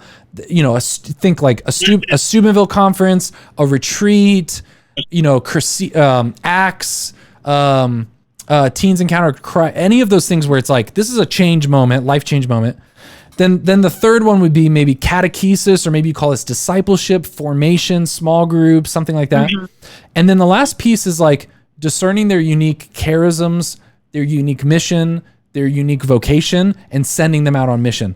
So what I would be interested to hear from you is like, if you had to take everything you're doing and put it in those buckets, maybe you just have 4 buckets, focus Catholic missionaries, they do win, build, send. What are the events that we're doing to win people? What are the events we're doing to build people? What are we doing to send people? What are the things we're doing? When your parish and you and your pastor are talking about small groups and whether or not it's working well, you might want to ask yourself, how do people even get into a small group? Like, what are we doing to make people aware of small groups? What are we doing for teens that don't care about church? What are we doing for teens that want small groups and want to build? And then what are we doing to empower teens to go out and evangelize other teens and invite other teens? I think if you started thinking broadly, then small groups is just one small piece, and it's more about the connections between things. And then you can say, okay, well, let's try Steubenville this year and see if we can funnel people into small groups. If that doesn't work, next year, let's try Cove Crest. Let's try Discover Christ. Let's try Alpha. Let's try a retreat. Let's try a community event. And then think along the funnel instead of getting, what I'm afraid of is maybe getting too focused on small groups. I don't know if that's true what you're doing. Well, what's your reaction to that? What do you think? Like, have you ever heard that kind of like long funnel kind of approach to ministry? I thank you for sharing that. I've heard pieces of that before. I've heard a lot of people in our diocese use the terminology of win events. So for things like the Steubenville conference, or for like bigger day events in our diocese, that term. So that definitely is a helpful perspective to look at. So yeah, part of what's interesting for me right now is, as I'm being promoted to this new position, my pastor has given me a lot of freedom to kind of recreate the program. Yeah. I shout out to Life Teen. I did a missionary year with Life Teen. Awesome. So and have seen a lot of really good youth ministry through that. But I also understand that that's just one model of how things can be done, right? And there are a lot of good programs. So, yeah, I think I'm like a big vision person and have a lot of trouble sometimes putting that vision into action. And so I desire, like in my heart, like, yeah, let's like do this service and service opportunities and socials and like formation nights, and then break out into small groups and have retreats and do all these things. And so, yeah, I think it's definitely helpful to have it kind of organized in that funnel approach and understand that each of these things are just kind of a piece of a bigger vision. And I heard you guys talking earlier as well about thinking long-term and short-term at the same time. And I can see how that is really beneficial because I guess none of us really know how long we'll be in a ministry position. So, yeah, so I find that really helpful and hopefully I think a lot of it is to just like getting past the fear of getting messy and just kind of diving into it. And so yeah, thank you for sharing. Just like and Alice, like sometimes you need to get into the mess and just try things out. Yeah, exactly. And like Alice, you have such like already just in this conversation, like you have a nuanced and mature, like you're reading what's going on really well. And I think a lot of times in that first year or this is your first year, right? At the parish? This is your first year? Uh-oh. There's a slight lag. Yeah, she's coming. Yeah. Oh. So, this is your first year at the parish? Can you see me? Hear me? Yeah, we can hear you. Okay, perfect. So I think it's reconnecting. Yeah, this is your first year, Alice, and again, like don't take the feedback personally. You gotta think long term, and you have a good head on you. You're praying about this. You're thinking about this in a nuanced way. So don't get discouraged by, well, we want to do small groups and it's not really taking off. You have 3 years to figure that out. You have 3 years for a successful. I mean, we're like 5 years into youth ministry at our parish, and we're still trying to figure out the confirmation program, right? Like, so don't take it personally. Your job as the director of youth ministry is to just evaluate everything and come up with solutions to problems and try to fill along this path of discipleship and try new things and fill that path. And so if the small groups isn't working, then just see that as like, that's not you, that's you evaluating something that's running and trying to figure out an interesting way to solve that problem. Yeah, and that's what a true director does, and that's what we're going to be talking about in this podcast. And Edmund has taught me that do what only you can do. So if you're the only one running these discipleship groups, like that's not the best. So like your specific skill set and vision for a youth ministry is so, that intellectual property is so valuable. Yeah, like your brain and your heart and your prayer for ministry, like you have a nuanced understanding of this, and so you create the army. Yeah, and so it's just you get them to create your 300 Spartans and send them out on the Persians. So this is just about long term, Alice. This is just about you like observing over the long term, just observing things. That doesn't mean that you can't give a talk. That doesn't mean that you can't be in there. But like when you're overseeing, it's the difference between working in the ministry and working on the ministry. Yeah. And so that's just exciting all around. Alice, thank you so much for coming back in. Alice, you're doing great. You're going to do great. A little better. Yeah. Keep in touch with us. DM us. Please. Let us know if you need anything. Please.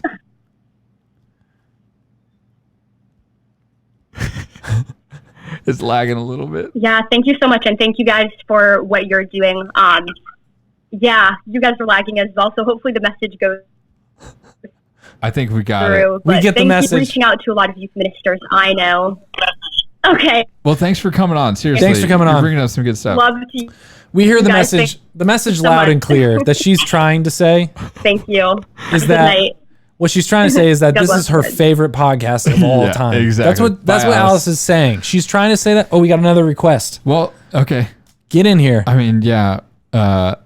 Who is that? Amanda Seone? Yeah, she's been trying to help with the show. Did I say that right? Why don't we go through these? We still need to get to that voicemail as well. Well, hold on. Ryan is saying some stuff to you. Hello. How's it going? Hi, Amanda. Sorry I've been ghosting you. Oh, no, that's okay. I've been ghosting you. What's up, Amanda? Are you in youth ministry? Okay, so Where are you coming from first? Oh yeah, where are you calling in from? What state are you in? I'm in New Orleans, Louisiana. How's your heart? What? Don't know. And you can't just lead with how's your heart. Wow, I don't know which question to answer first. New Orleans. You're in New Orleans. You're in Nolans. I had interviewed for a youth ministry position, or I was going to interview for one. I signed up for the emails, but I just learned that wasn't for me. I do work.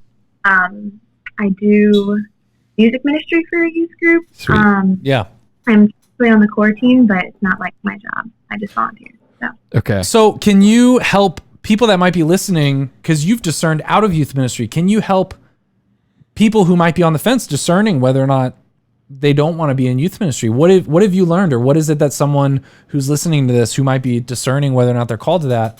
What is it that they can learn from what you've gone through? Yeah, I mean, I think That was a good question, I was transitioning.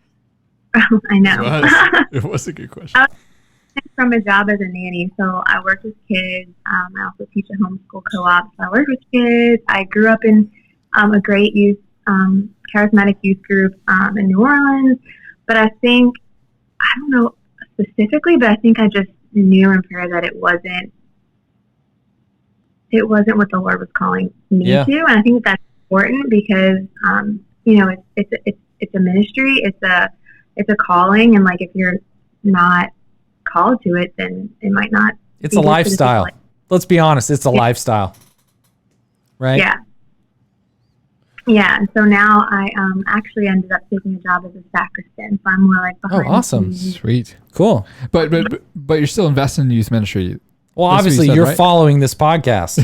yeah, exactly. Yeah. Yeah, like, you have like so much power as like a team member. Yeah, a volunteer to create. I've thought about that before. Of value for the youth minister. Well, right, but then it completely blocks my face when you do that. So then I do it like that. So gotcha. Yeah. Okay, Don't question my methods. Sorry. Don't question my methods. Dude, you could be the best volunteer. I've thought about doing this. Seriously, like the absolute, like you do what you need to do to support yourself or whoever else that depends on you, but then also you create a ton of value because you're able to see everything from the outside. Yeah, you're like I'm gonna quit youth ministry and be the best volunteer anyone's ever had. That's so attractive sometimes, like to just think about that and to just love on your parish's youth minister. I don't know why, but that's so attractive to me. Yeah, I'm when I retire, that's what I'm going to do. Seriously. I'm going to be the best 70-year-old core member my youth minister has ever seen. I'm going to be that 70-year-old core member. There have been some 70-year-olds who have been amazing in our youth group. Yeah. My first parish, Maya Avalos, she was like the grandmother for everyone. She was amazing. She was so awesome. And right now at your parish, Lloyd Kelly. Oh yeah, Lloyd. Man, yeah, he's perfect. Yeah, perfect. Yeah. So Amanda, do you have any questions for us, or do you want to like compliment me? Oh, Edwin, you're so great. There you go. Perfect. She's one of the greatest fans ever. Jeez. You get the crown. Yeah. No, I love what y'all are doing. I think it's super fun. I also appreciate the casual swigs of Topo Chico every once in a while. Yeah, it's not casual. It's out of necessity. I don't hydrate at all, and I only drink Topo Chico to get my water intake. So, I got on that lime, that lime flavor. It's pretty good. So Edmund, and then what is your name? Nick. My name is Nick, short for Nicholas. Okay. Oh, I have a cousin named Nicholas. Good. And Nicole. So nice. There you go. Nice. I bet they're amazing people. Yeah, but I guess what is y'all's like main vision for the podcast? Ooh, for the podcast. What's our vision for the podcast, Nick? It is equipping youth ministers to be directors and not constantly working in the ministry, but selling them on the fact that they have the capacity to change the overall community and culture within the parish, but also their city and parish boundary as well. We think that youth ministry or that youth ministry demands a lot of skills. Yeah. Like in creating talks, an overall process for like a womb to tomb process. How are we getting people to heaven, or creating opportunities for the sanctification of God's people? Yeah. But then also like in graphic design as well, like in marketing communications. Like I think youth ministers are like utility players in like baseball and stuff like that. Like they can go anywhere. Yeah.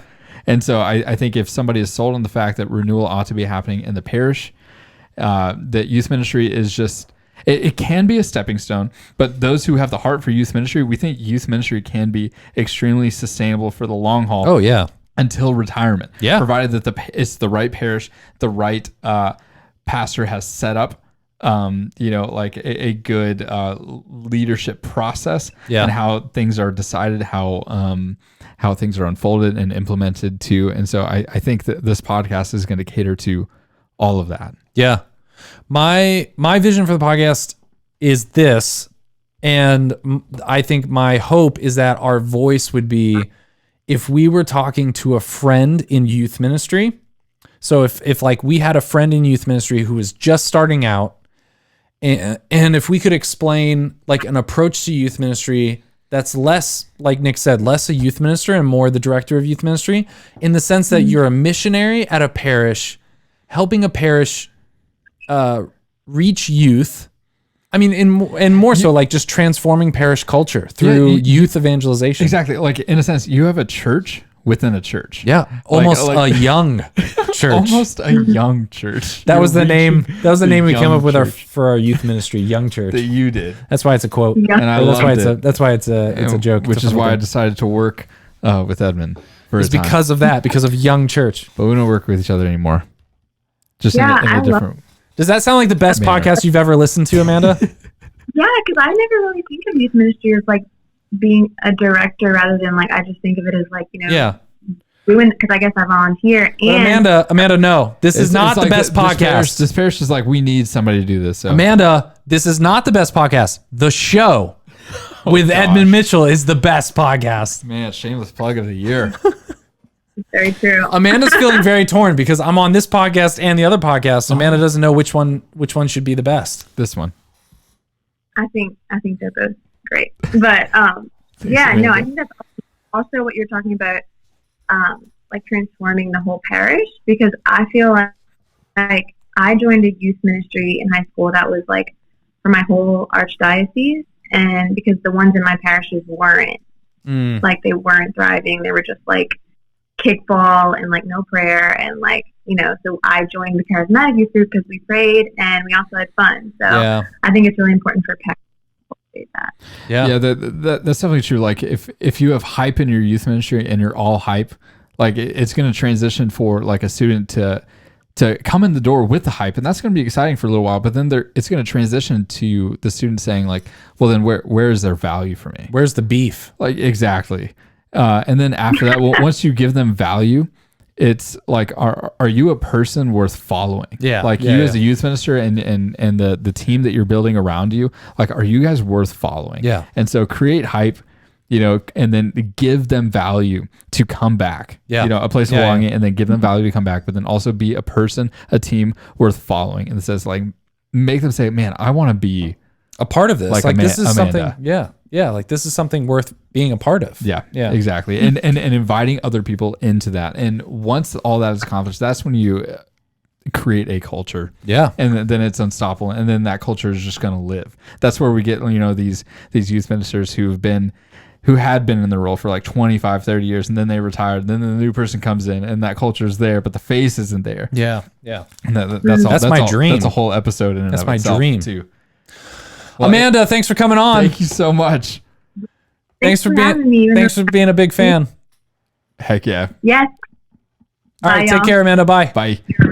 All right, I want to scroll up. Oh, there's another request there. Oh man. Okay, well, we have a question from Ryan from Young and Wild Catholic Mamas, but then we also have that voicemail too that we're gonna get to as well. Well, this is we're hopping. To the live person right episode. now. Yes, it is Ryan McQuaid. Yes, let's see. The man, the mustache, the glasses. It's waiting to connect. He probably requested it like 30 minutes ago. Ryan! How's it going, brother? Ryan's here! How's it going? Ryan, how are you doing, man? I'm doing really good. Oh, man, I love your ceiling fan. I'm not even like in full-time ministry. I'm just a fan of the content, the branding. Ooh. That's okay, man. Oh, wait. Are you talking like the design aspect of it? Oh, yeah. It looks the whole thing. Okay. Okay, wait. Okay, guys, those of you who are just tuning in, this is the Ryan McQuaid. Coming in What's your official title at Life Teen? I'm a graphic designer. Okay, so he's a professional. You are a professional. You have the glasses. You have the mustache. You have a colorful Pantone background on Instagram. Right? So, Ryan, this will be really interesting this is preliminary before we really launch the episodes of the podcast. Yeah. But give us some critique, because I spent some time on the design, but we're just kind of running with it. I'm not a pro, but give me some give me what you're seeing, give me what you're noticing, give me the feedback, give me like, oh, I noticed this, you did this, so that I know like, oh shoot, I wasn't actually trying to do that, right? Like give me your stuff. Just real quick though. It's minimalist and it's like super chic and it's cool.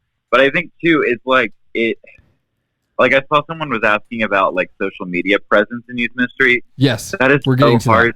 I mean, like, in order to beat the algorithm, you have to post like every day, and to be like that, and you have to be on top of what they want, right? So it's smart you're live streaming because Instagram loves that, and they're gonna share it, you know. But it's like, that's like so hard. That's really hard to keep up with, on top of like trying to minister to like hundreds of kids or whatever you have. You know, like, that's cool, but I just want to know if you like the gradient. I just want to know if you like the gradient I'm using. I love the gradient. Okay, you're okay with that? I thought I was like, is it too cheesy? Like, I love it. Right. Well, okay. So yeah, you're kind of talking about what Young and Wild Catholic Mamas, the other Ryan, was saying, like how what's the best way to reach teens? And Edmund, I want to ask you right now, live on the spot, do teens care about the graphic that you're putting out? I mean, a little bit, but is it worth spending 3 hours on a youth ministry event? What are you saying, Ryan? On Instagram for a second? Is that what you're asking for? They go on? I don't know. This is like an existential crisis that I'm going right. through. It's like how much time should you invest into a graphic for a one-off event? I think if you're a youth minister and if you're a youth minister and you're spending more than 2 hours on a flyer, that's not good, right? Yeah. Or you become a graphic designer. Or you leave ministry and you're like, this is actually what I want to do. Oh, that is good. That is good. When you're spending 5 hours on a design or your story branding. Wait. What are you saying, Ryan? That's what I did. I mean, I was youth minister for a year, a little bit over maybe, with my friend John. I'm sorry. With my friend Jonathan Cardinal. Yeah. And it was a great ministry, and I did really love it a lot. I was spending so much time on design though, because it was like my passion and it was what I love the most. Yeah. Thanks be to God, like I found a job that allowed me to do both.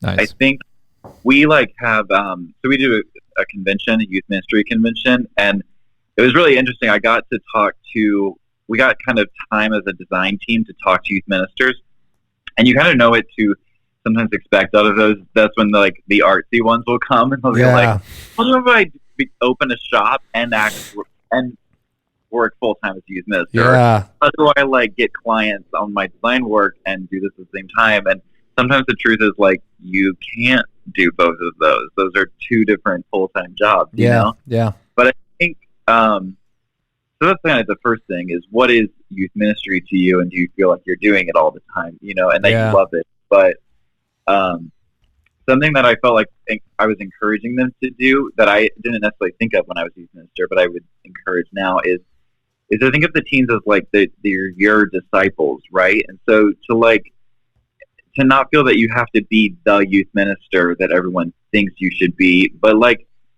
for artsy youth ministers, right?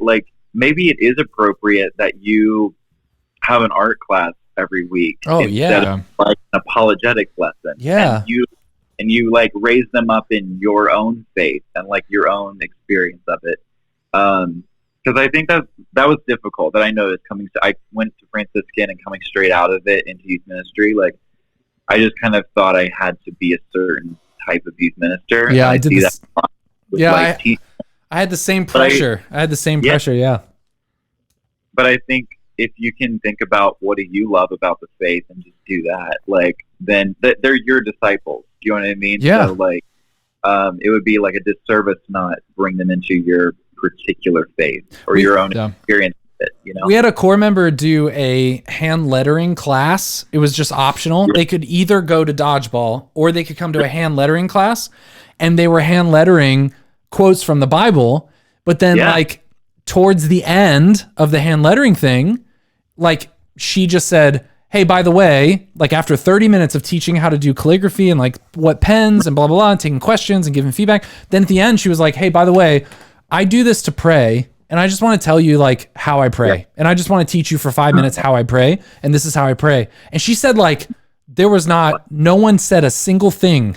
She had everyone's full attention. So it'd be really cool. If you're into graphic design, if you could teach people how to do graphic design, teach people with your personality and your skills. Mm-hmm. Mm-hmm. I think as a youth minister, especially for me, I'm not an amazing graphic designer, but I try and I do decent. I think. Yeah, Sometimes, you do decent. You do decent. I do decent. Not adequate, but decent. Shut your mouth. Yeah. But Ryan said you're adequate. I use I like it. I use the process like to help me actually figure out what exactly I'm trying to communicate to a teen. Yeah. When it comes to like web design or a specific event or something like that, or if I'm creating a series, like for the month and a half or 2 months or something, like what am I trying to do? And I let the graphic try to dictate that, or the main you try brand to let your of art that series. You let the art speak to you. Amen, brother.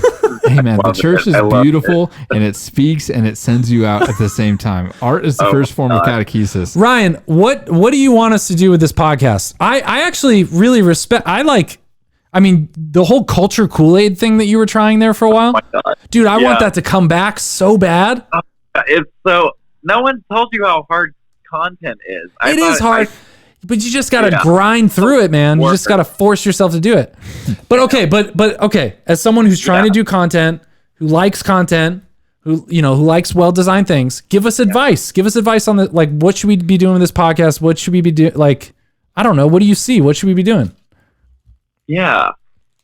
I think talking about what you're passionate about, obviously, I guess never really thinking do it, you know it, right? Do it for you and answer the things that you care about. Yeah. Don't think about necessarily what we're looking to see. Yeah. Because we probably share the same opinions, but, and consistency, I get, I mean, I don't know how else to say to be successful on it. I don't know. No, you're right, man. You're right.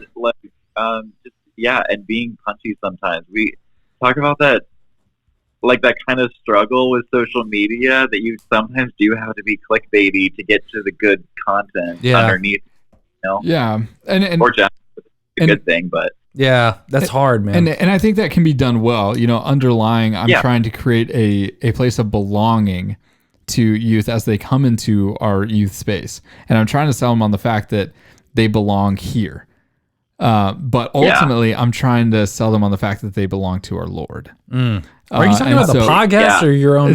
Are you talking about the podcast or your own ministry? Oh, just ministry in general. No, we're talking about our podcast. Sorry, the podcast. I feel like no, that's super interesting. Something that we changed recently at Life Team that I think I'm happy to see is a subtle shift in our content to just addressing. Our primary goal is addressing primary questions of teenagers and hope with you're distracting him, getting them by just being honest with them. Do you know what I mean? Yeah.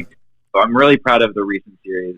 One of them we put out was on racism. Yeah. And I think that they went through so much work. I just saw, to do that. But I think that the goal was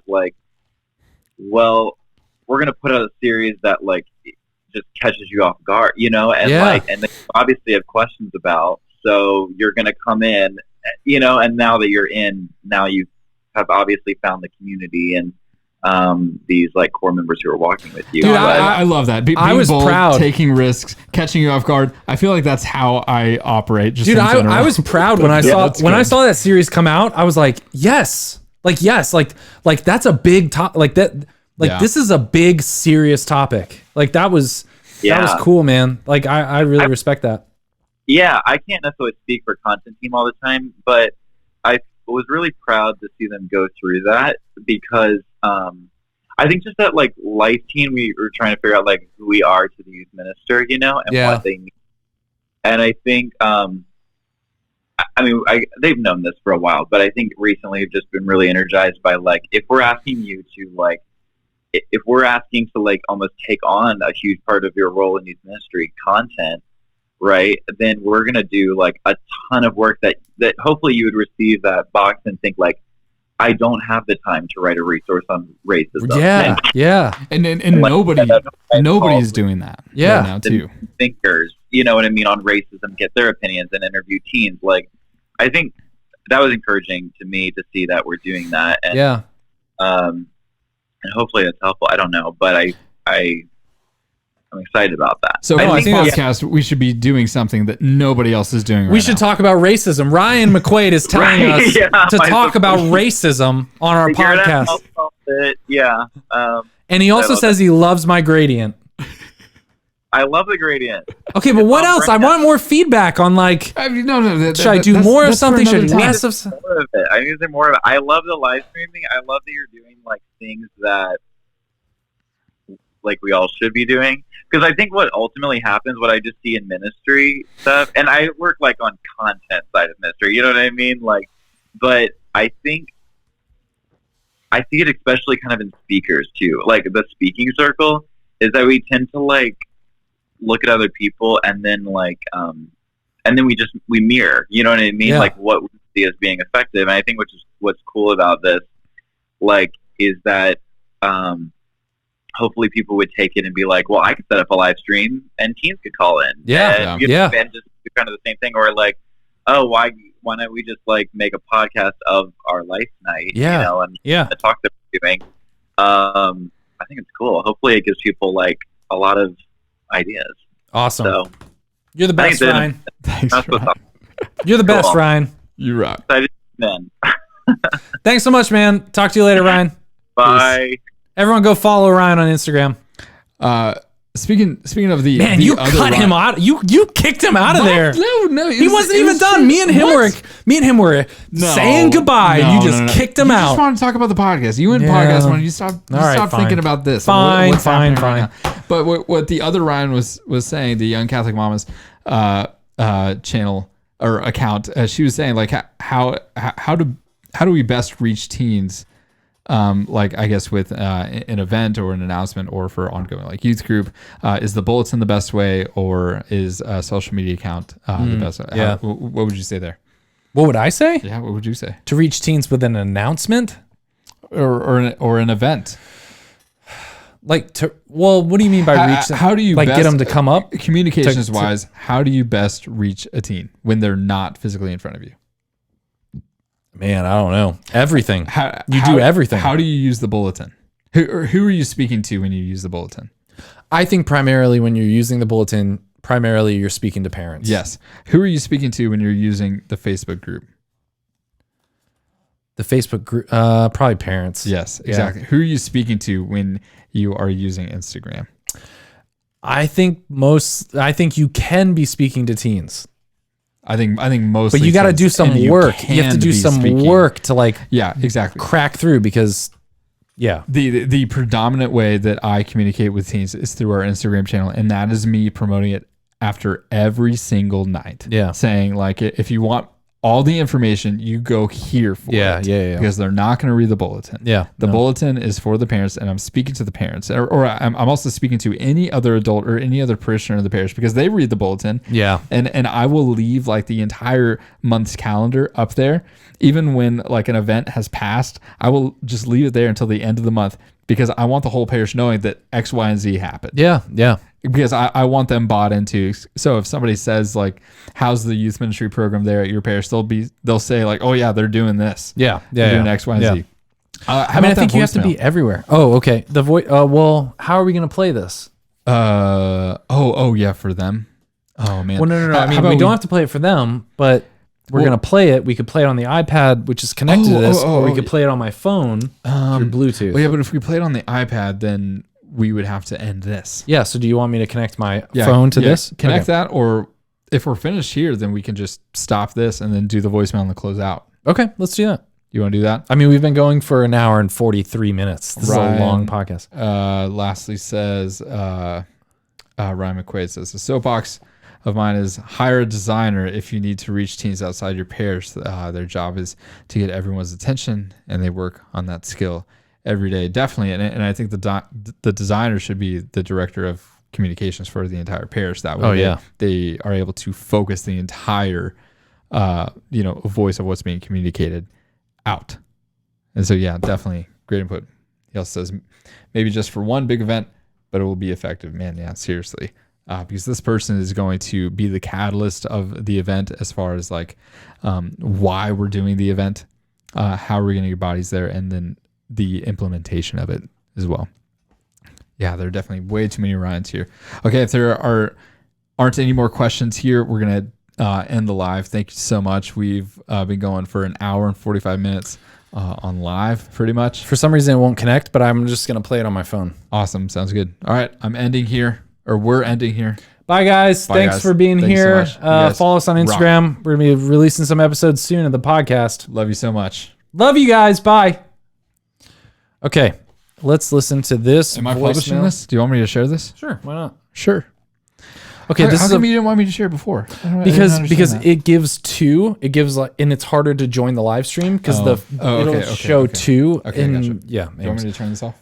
It's up to you. Okay. I don't care. This is a voicemail we got from a phone number. Hi, Edmund. Hi, Nick. I am calling because I would love some advice. I always need advice. I've actually gotten advice from you guys on the show podcast before, but I wanted to give you a little, review of my story just in case. Last year, our youth minister of 16 years in our parish resigned, and I was a board member of about 7 years, so our pastor asked me to kind of take over on a volunteer basis, just to kind of get us through the year. Which was a lot. I had a full-time job in marketing at the time, and so I took over the Life Teen Ministry, the Edge Ministry, and partially the Confirmation Ministry. So it was a lot all at one time, and our ministry suffered a lot, I think, because of it. Our volunteers, our core team, really struggled through it because I didn't really know how to be a leader. And by the end of the year, I was actually hired on. I'm the director of high school faith formation now, and so I'm solely in charge of Life Teen and Confirmation now. And I'm going into the new year kind of fresh. I'm still kind of considering myself as a first-year youth minister because last year taught me a lot, but I definitely didn't go into it prepared at all. It kind of just fell in my lap, and I did a lot for survival. So now we're kind of thriving, and so I'm not really asking for advice just solely for me, but also for my team, for my volunteers. We're doing a lot of restructuring and just trying to make things better for them as a result of last year.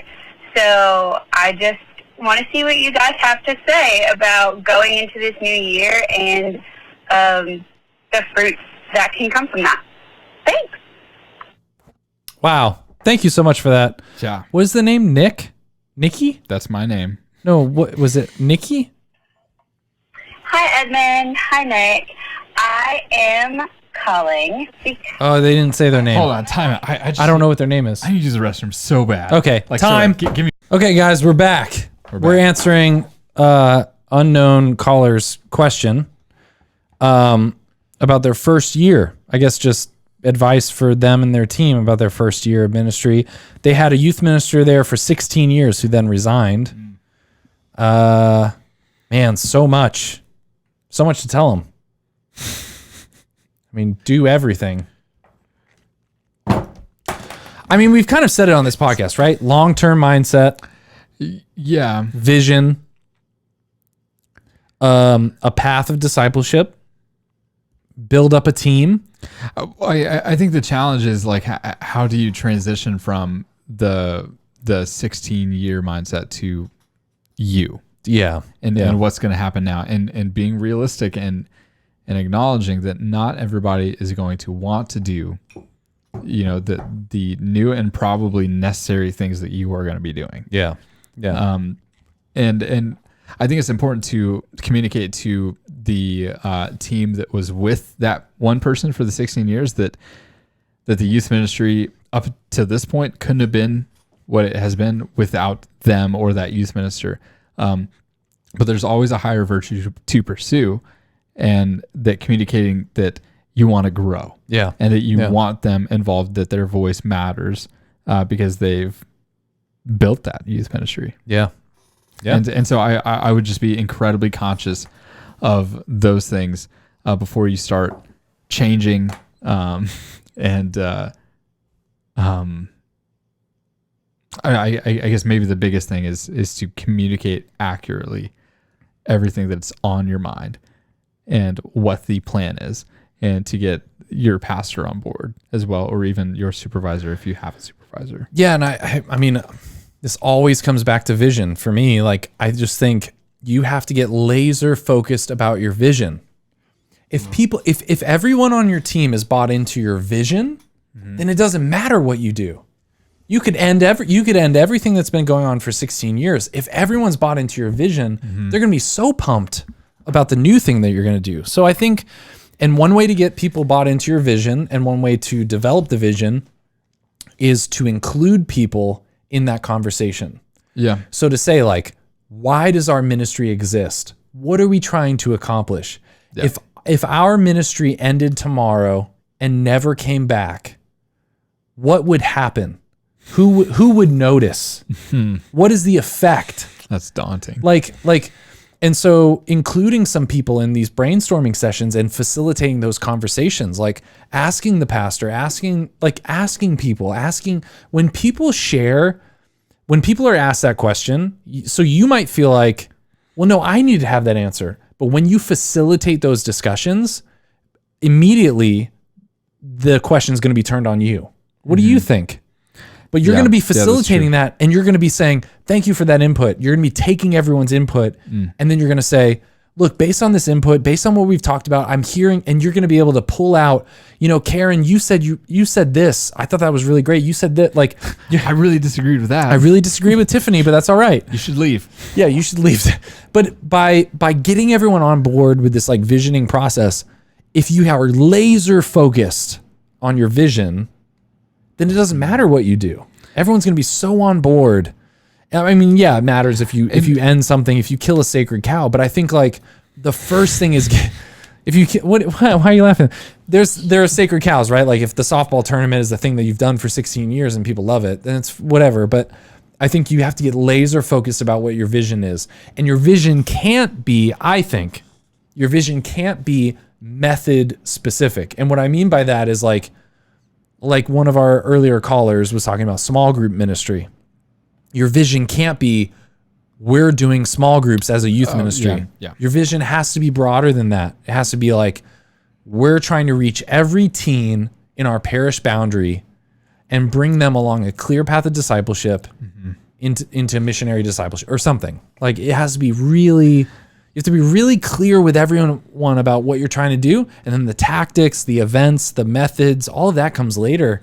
You're just problem solving. Yeah. I think the giving your team that, that collaborative effort, giving them a voice, giving them ownership in the ministry, I think that's super important, but also gives you like a ground level, like, I don't want to get cheesy, but a foundation to build off from. Yeah. Something before, like when we did work together, you said you sat into a meeting of like the catechist or the lead catechist. And after a while, they were talking about how to be, either how to have the best formation, like in the area. And this was a team. They weren't catechists. This was a team that was going to develop. It was this like program called Transforming Adolescent Catechism. So it was like it was a board. Think of like a pastoral council tasked with making our parish have the best youth ministry program in the world. Yeah. And they were talking about catechesis. But it got to a point like you were in there, you were like the leader on staff that was sitting there. And after a while, you kind of stopped everything.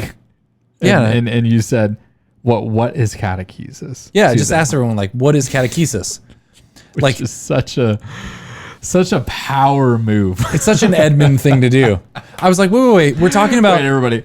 Let's backtrack. What's catechesis? Wait. You guys, what is life? No. Literally, I was like, hey, you guys have been meeting for 12 weeks. But you weren't a part of those 12 weeks. No, I wasn't. I came in on like this one. I came in on like 2 meetings. No, this was like the third meeting by the time I got frustrated with this. And so I just asked everyone, I was like, hey, we're talking about having the best catechesis program in the world. And we're doing all these surveys. You've gotten survey data from 200 parishioners. Yeah. And we're all having these discussions about like what we should do, what we shouldn't do, blah, blah, blah. And so I just asked everyone, what is catechesis? Yeah. And we went around the room and everyone had a different definition. And I remember no one knew. When I started working, at the parish, like working like like with you as my supervisor, and you told me that story, I was like, wow, like I was thinking like, how am I going to answer right now? And then how are you going to answer? And I was hoping that you wouldn't ask me. Yeah. Because I didn't want it to be different from what you were going to say. Well, the point since was, you were my boss, I was just totally dedicated to the approach vision for what was going to happen, and to create a carbon copy for that middle school, group that I was primarily responsible for. But then it communicated to me that there is a realized approach to all of this. Well, and I'm willing to straight follow and learn too. Well, the point was, and I think for the person that's sending this voicemail, the point was that everyone in the room had very passionate opinions about what we should do. And I'm sure this person, 16 years of youth ministry, people are going to have really passionate opinions about what you should do. Yeah. But when you pose that question, everyone in the room, like some of the materials we were looking through, it was talking about catechesis and the importance of politeness and manners. And I was like, this has nothing to do with catechesis. Like, and multicultural engagement. Yeah. Like, and when we went around the room, some people were saying, well, catechesis should keep our kids Catholic. And then other people are saying, well, catechesis should teach teens, I don't know, like fill in your pet like should teach teens to be pro-life. These sound like values. They're not like core elements to what catechesis is. Yeah, and like to their defense, like these were just random parents that were on this board, and they were trying. But the point in that was like you need a very clearly defined vision for what this is, and like I tried to tell them, like, look, all of us are trying to figure out how to make world-class catechesis at our parish, but we haven't done the work of even defining what catechesis is. And this program that we're trying to follow, I think, is a very poor definition of what catechesis, like politeness, manners, racial inclusion, racial diversity, like those are that has nothing to do with catechesis. Those are valuable things. Yeah. But why? Like we need to get all on the same page with vision, with clarity. Yeah. And I think with those people, the ground floor is talking about youth ministry or getting to catechesis through talking about youth ministry first, because youth ministry does encompass catechesis, but not only catechesis as well. And so I think that is incredibly important to define terms, but do that on like an internal level. Like don't say like, hey, we're going to define some terms right now. I'm going to make sure. No, I mean, you can ask people, like, why does our youth ministry exist? And you can literally say, that's fine. Yeah. But don't come out and say, let's define our terms before we talk about anything else. No, I think you just have those conversations because people don't, my biggest frustration as a very vision-minded person is that people don't have those conversations. They just assume everyone's on the same page. So one person will say, well, I think we need to do more community events. And then someone else will say, well, I think we need to teach the Latin Mass to people. And there's no one is on the same page about what we're trying to do. So you ask the question, you say, all right, Susan. How do we get there? No, you just say, why does our youth ministry exist? Yeah. Why is Father paying my salary for this youth ministry to exist? And if someone says, well, for people to have a friend group that supports their values, then okay, that's one point. And then you ask Kevin what he thinks. Yeah. Why does our youth ministry exist? Why am I getting paid to help our parish reach youth? Like when you have those conversations, it's really, really enlightening. Yeah, it's like you put the question on them, just saying like, okay, are you confident that this kid leaves high school, goes into college, and might not ever come back to this community? Are you confident giving them just these things? Just only the things they listed out. Only a softball tournament. Yeah, exactly. Yeah. Are you confident that this kid is going to remain a lifelong disciple of Jesus Christ, invested in the life of Christ, like through the Catholic Church? Are you confident in that? And they're like, let's go over them again. Softball, multicultural events, whatever. And it's funny how quickly, like, you might be at some type of meeting or conversation and you feel like, oh man, there's 5 of them against me. I want to go in this direction. I have a heart for reaching youth. I feel like this is the direction we need to go. And these 5 people are from the old guard or they're from the last 16 years or whatever. But when you pose that question, suddenly there are 5 different teams. Yeah. So like that's I mean, it sounds bad. It's like a way to fraction everyone. But what I'm saying is like, you'll find really quickly that it seems like they just want the same and you want something different. But when you pose that question, suddenly you're like, wait, no, Karen really wants her child to have friends. Susan really wants the faith apologetics be taught. Yeah. Like someone else wants something different. David's all about Mary. He's all about Mary. We gotta get in touch with Mary. And that is good. You figure out the skill set of your team and just where they're extremely gifted and to be honest, like where they are lacking, but somebody else on the team is going to make up for that. Yeah. But then you're also, as you're directing that, like, man, that's true youth ministry. Yeah. And you can get everyone on the same page. Like you can say, look, like I understand that you want your team to have friends that share the same values. Yeah. But that's just one moment in the whole process of youth evangelization. Like that's one moment. So, but Steve over here wants his son to be equipped with apologetics so that when he goes to college, he knows how to defend his faith. Yeah. So how do we marry those two things? Like how do we, and so it turns out like, no, like everyone has different values. So you're able to hone in on vision. I think the only advice we can really give you, vision, focus on leadership development, like volunteers. Yeah. I mean, those are the big things. This second year, and then have a long-term mindset. I like this because I feel like we're really honing in on our like core values. Yeah. Of what's going to be happening with this podcast. For sure. I mean, we've been going two hours now. 2 hours, 2 minutes, and 9 seconds. I think this is good. If you could please send this to whoever that you think would like it. Yeah, like it, or they might think this is valuable. Tell them to follow the Instagram Catholic Youth Ministry Podcast. Go to the .com as well. Download the Focus and Planning Guide. Yeah, exactly. We're going to be covering more of that in depth on a later episode too. But for now, man, I think this was a lot of fun. This was a lot. I mean, this was great. Everyone who called in, if we didn't get to your comment or question, please forgive us, but we want to do this a lot more. So as your ministry develops, as things change, if you know of anybody else who has questions, we want those questions to come in because we want them to be of value to the other youth ministers out there that are tuning in or might tune in like a lot later on because we're going to be publishing this, for 6 months from now. Forever. It's going to be there forever. Somebody else is going to have that question.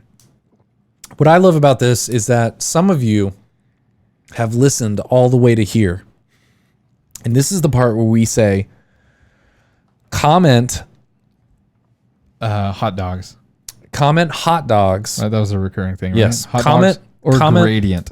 Hot dogs or gradient. Comment hot dogs or gradient on one of our Instagram posts. Yeah, there you go. And we're going to do something special for you. If you've listened all the way in to a podcast about Catholic youth ministry, 2 hours in, if you comment somewhere, hot dogs or gradient, we're going to see that and we're going to send you a surprise. Yeah. We're going to DM you, we're going to ask for your address, and we're going to send you a surprise. We're going to send you a care package.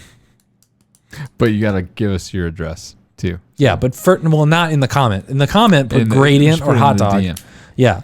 Seriously, like, and if you do have a question that is very specific and it is kind of like personal as well, like we do want to help. We do want to give that kind of like counsel as well. We won't publish it on anything at all, and so just please let us know, like in the DMs, like hey, I only want this for your eyes, for your ears, and we promise to be true to that. Yeah, we want to help. I'm excited for this podcast, man. Already, just this. This has been very. This is great. Like, this is gonna be big. I like the fire we brought for some of these questions. People really liked it. We got lots of hearts. I mean, it was all them too. They had amazing questions, and it was extremely easy to just build off from that, and then actually get to the heart of things. Yeah. Too. So I mean, in anything, we always want the heart. We always want the core. Yeah. And so if we can provide a 2-hour podcast that is talking about the core. In its entirety, then I think we need to figure out a way to end our podcasts. Yeah. So some podcasts, it's like, hey, Nick, where can people go to find more about Catholic Youth Ministry Podcast? And then you say thing. But like, should we do something like that? Nah. No. No, we're So not. how are we going to end? We're not like other. How are we going to end our podcast? We're not like other Catholic podcasts. That's not like it's Sean West. They end like that. Do they? You say, "Oh, let's wrap this up," and then the other person says, "Where can people go to find more?" So what should we do to wrap up the end of our podcast? I would say invite one person or prayerfully invite one person into this community of youth ministers. We're going to say that at the end of every podcast? I mean, I literally just said that right now. No, I know, but what's going to be our like ending? For the long haul? Yeah, like what's going to be our ending? Right now. Yeah, what's going to be our ending bit? Okay. This has been, like, what are we going to, how are we going to end? Why are we deciding this right now? Because this is it. This is what Ryan wants. All right, guys, this has been the Catholic Youth Ministry Podcast. I'm Edmund. I'm Nick.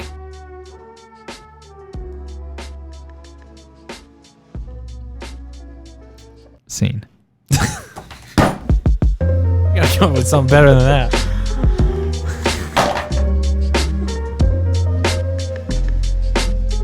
All right, to be continued. Yeah, we're gonna come up.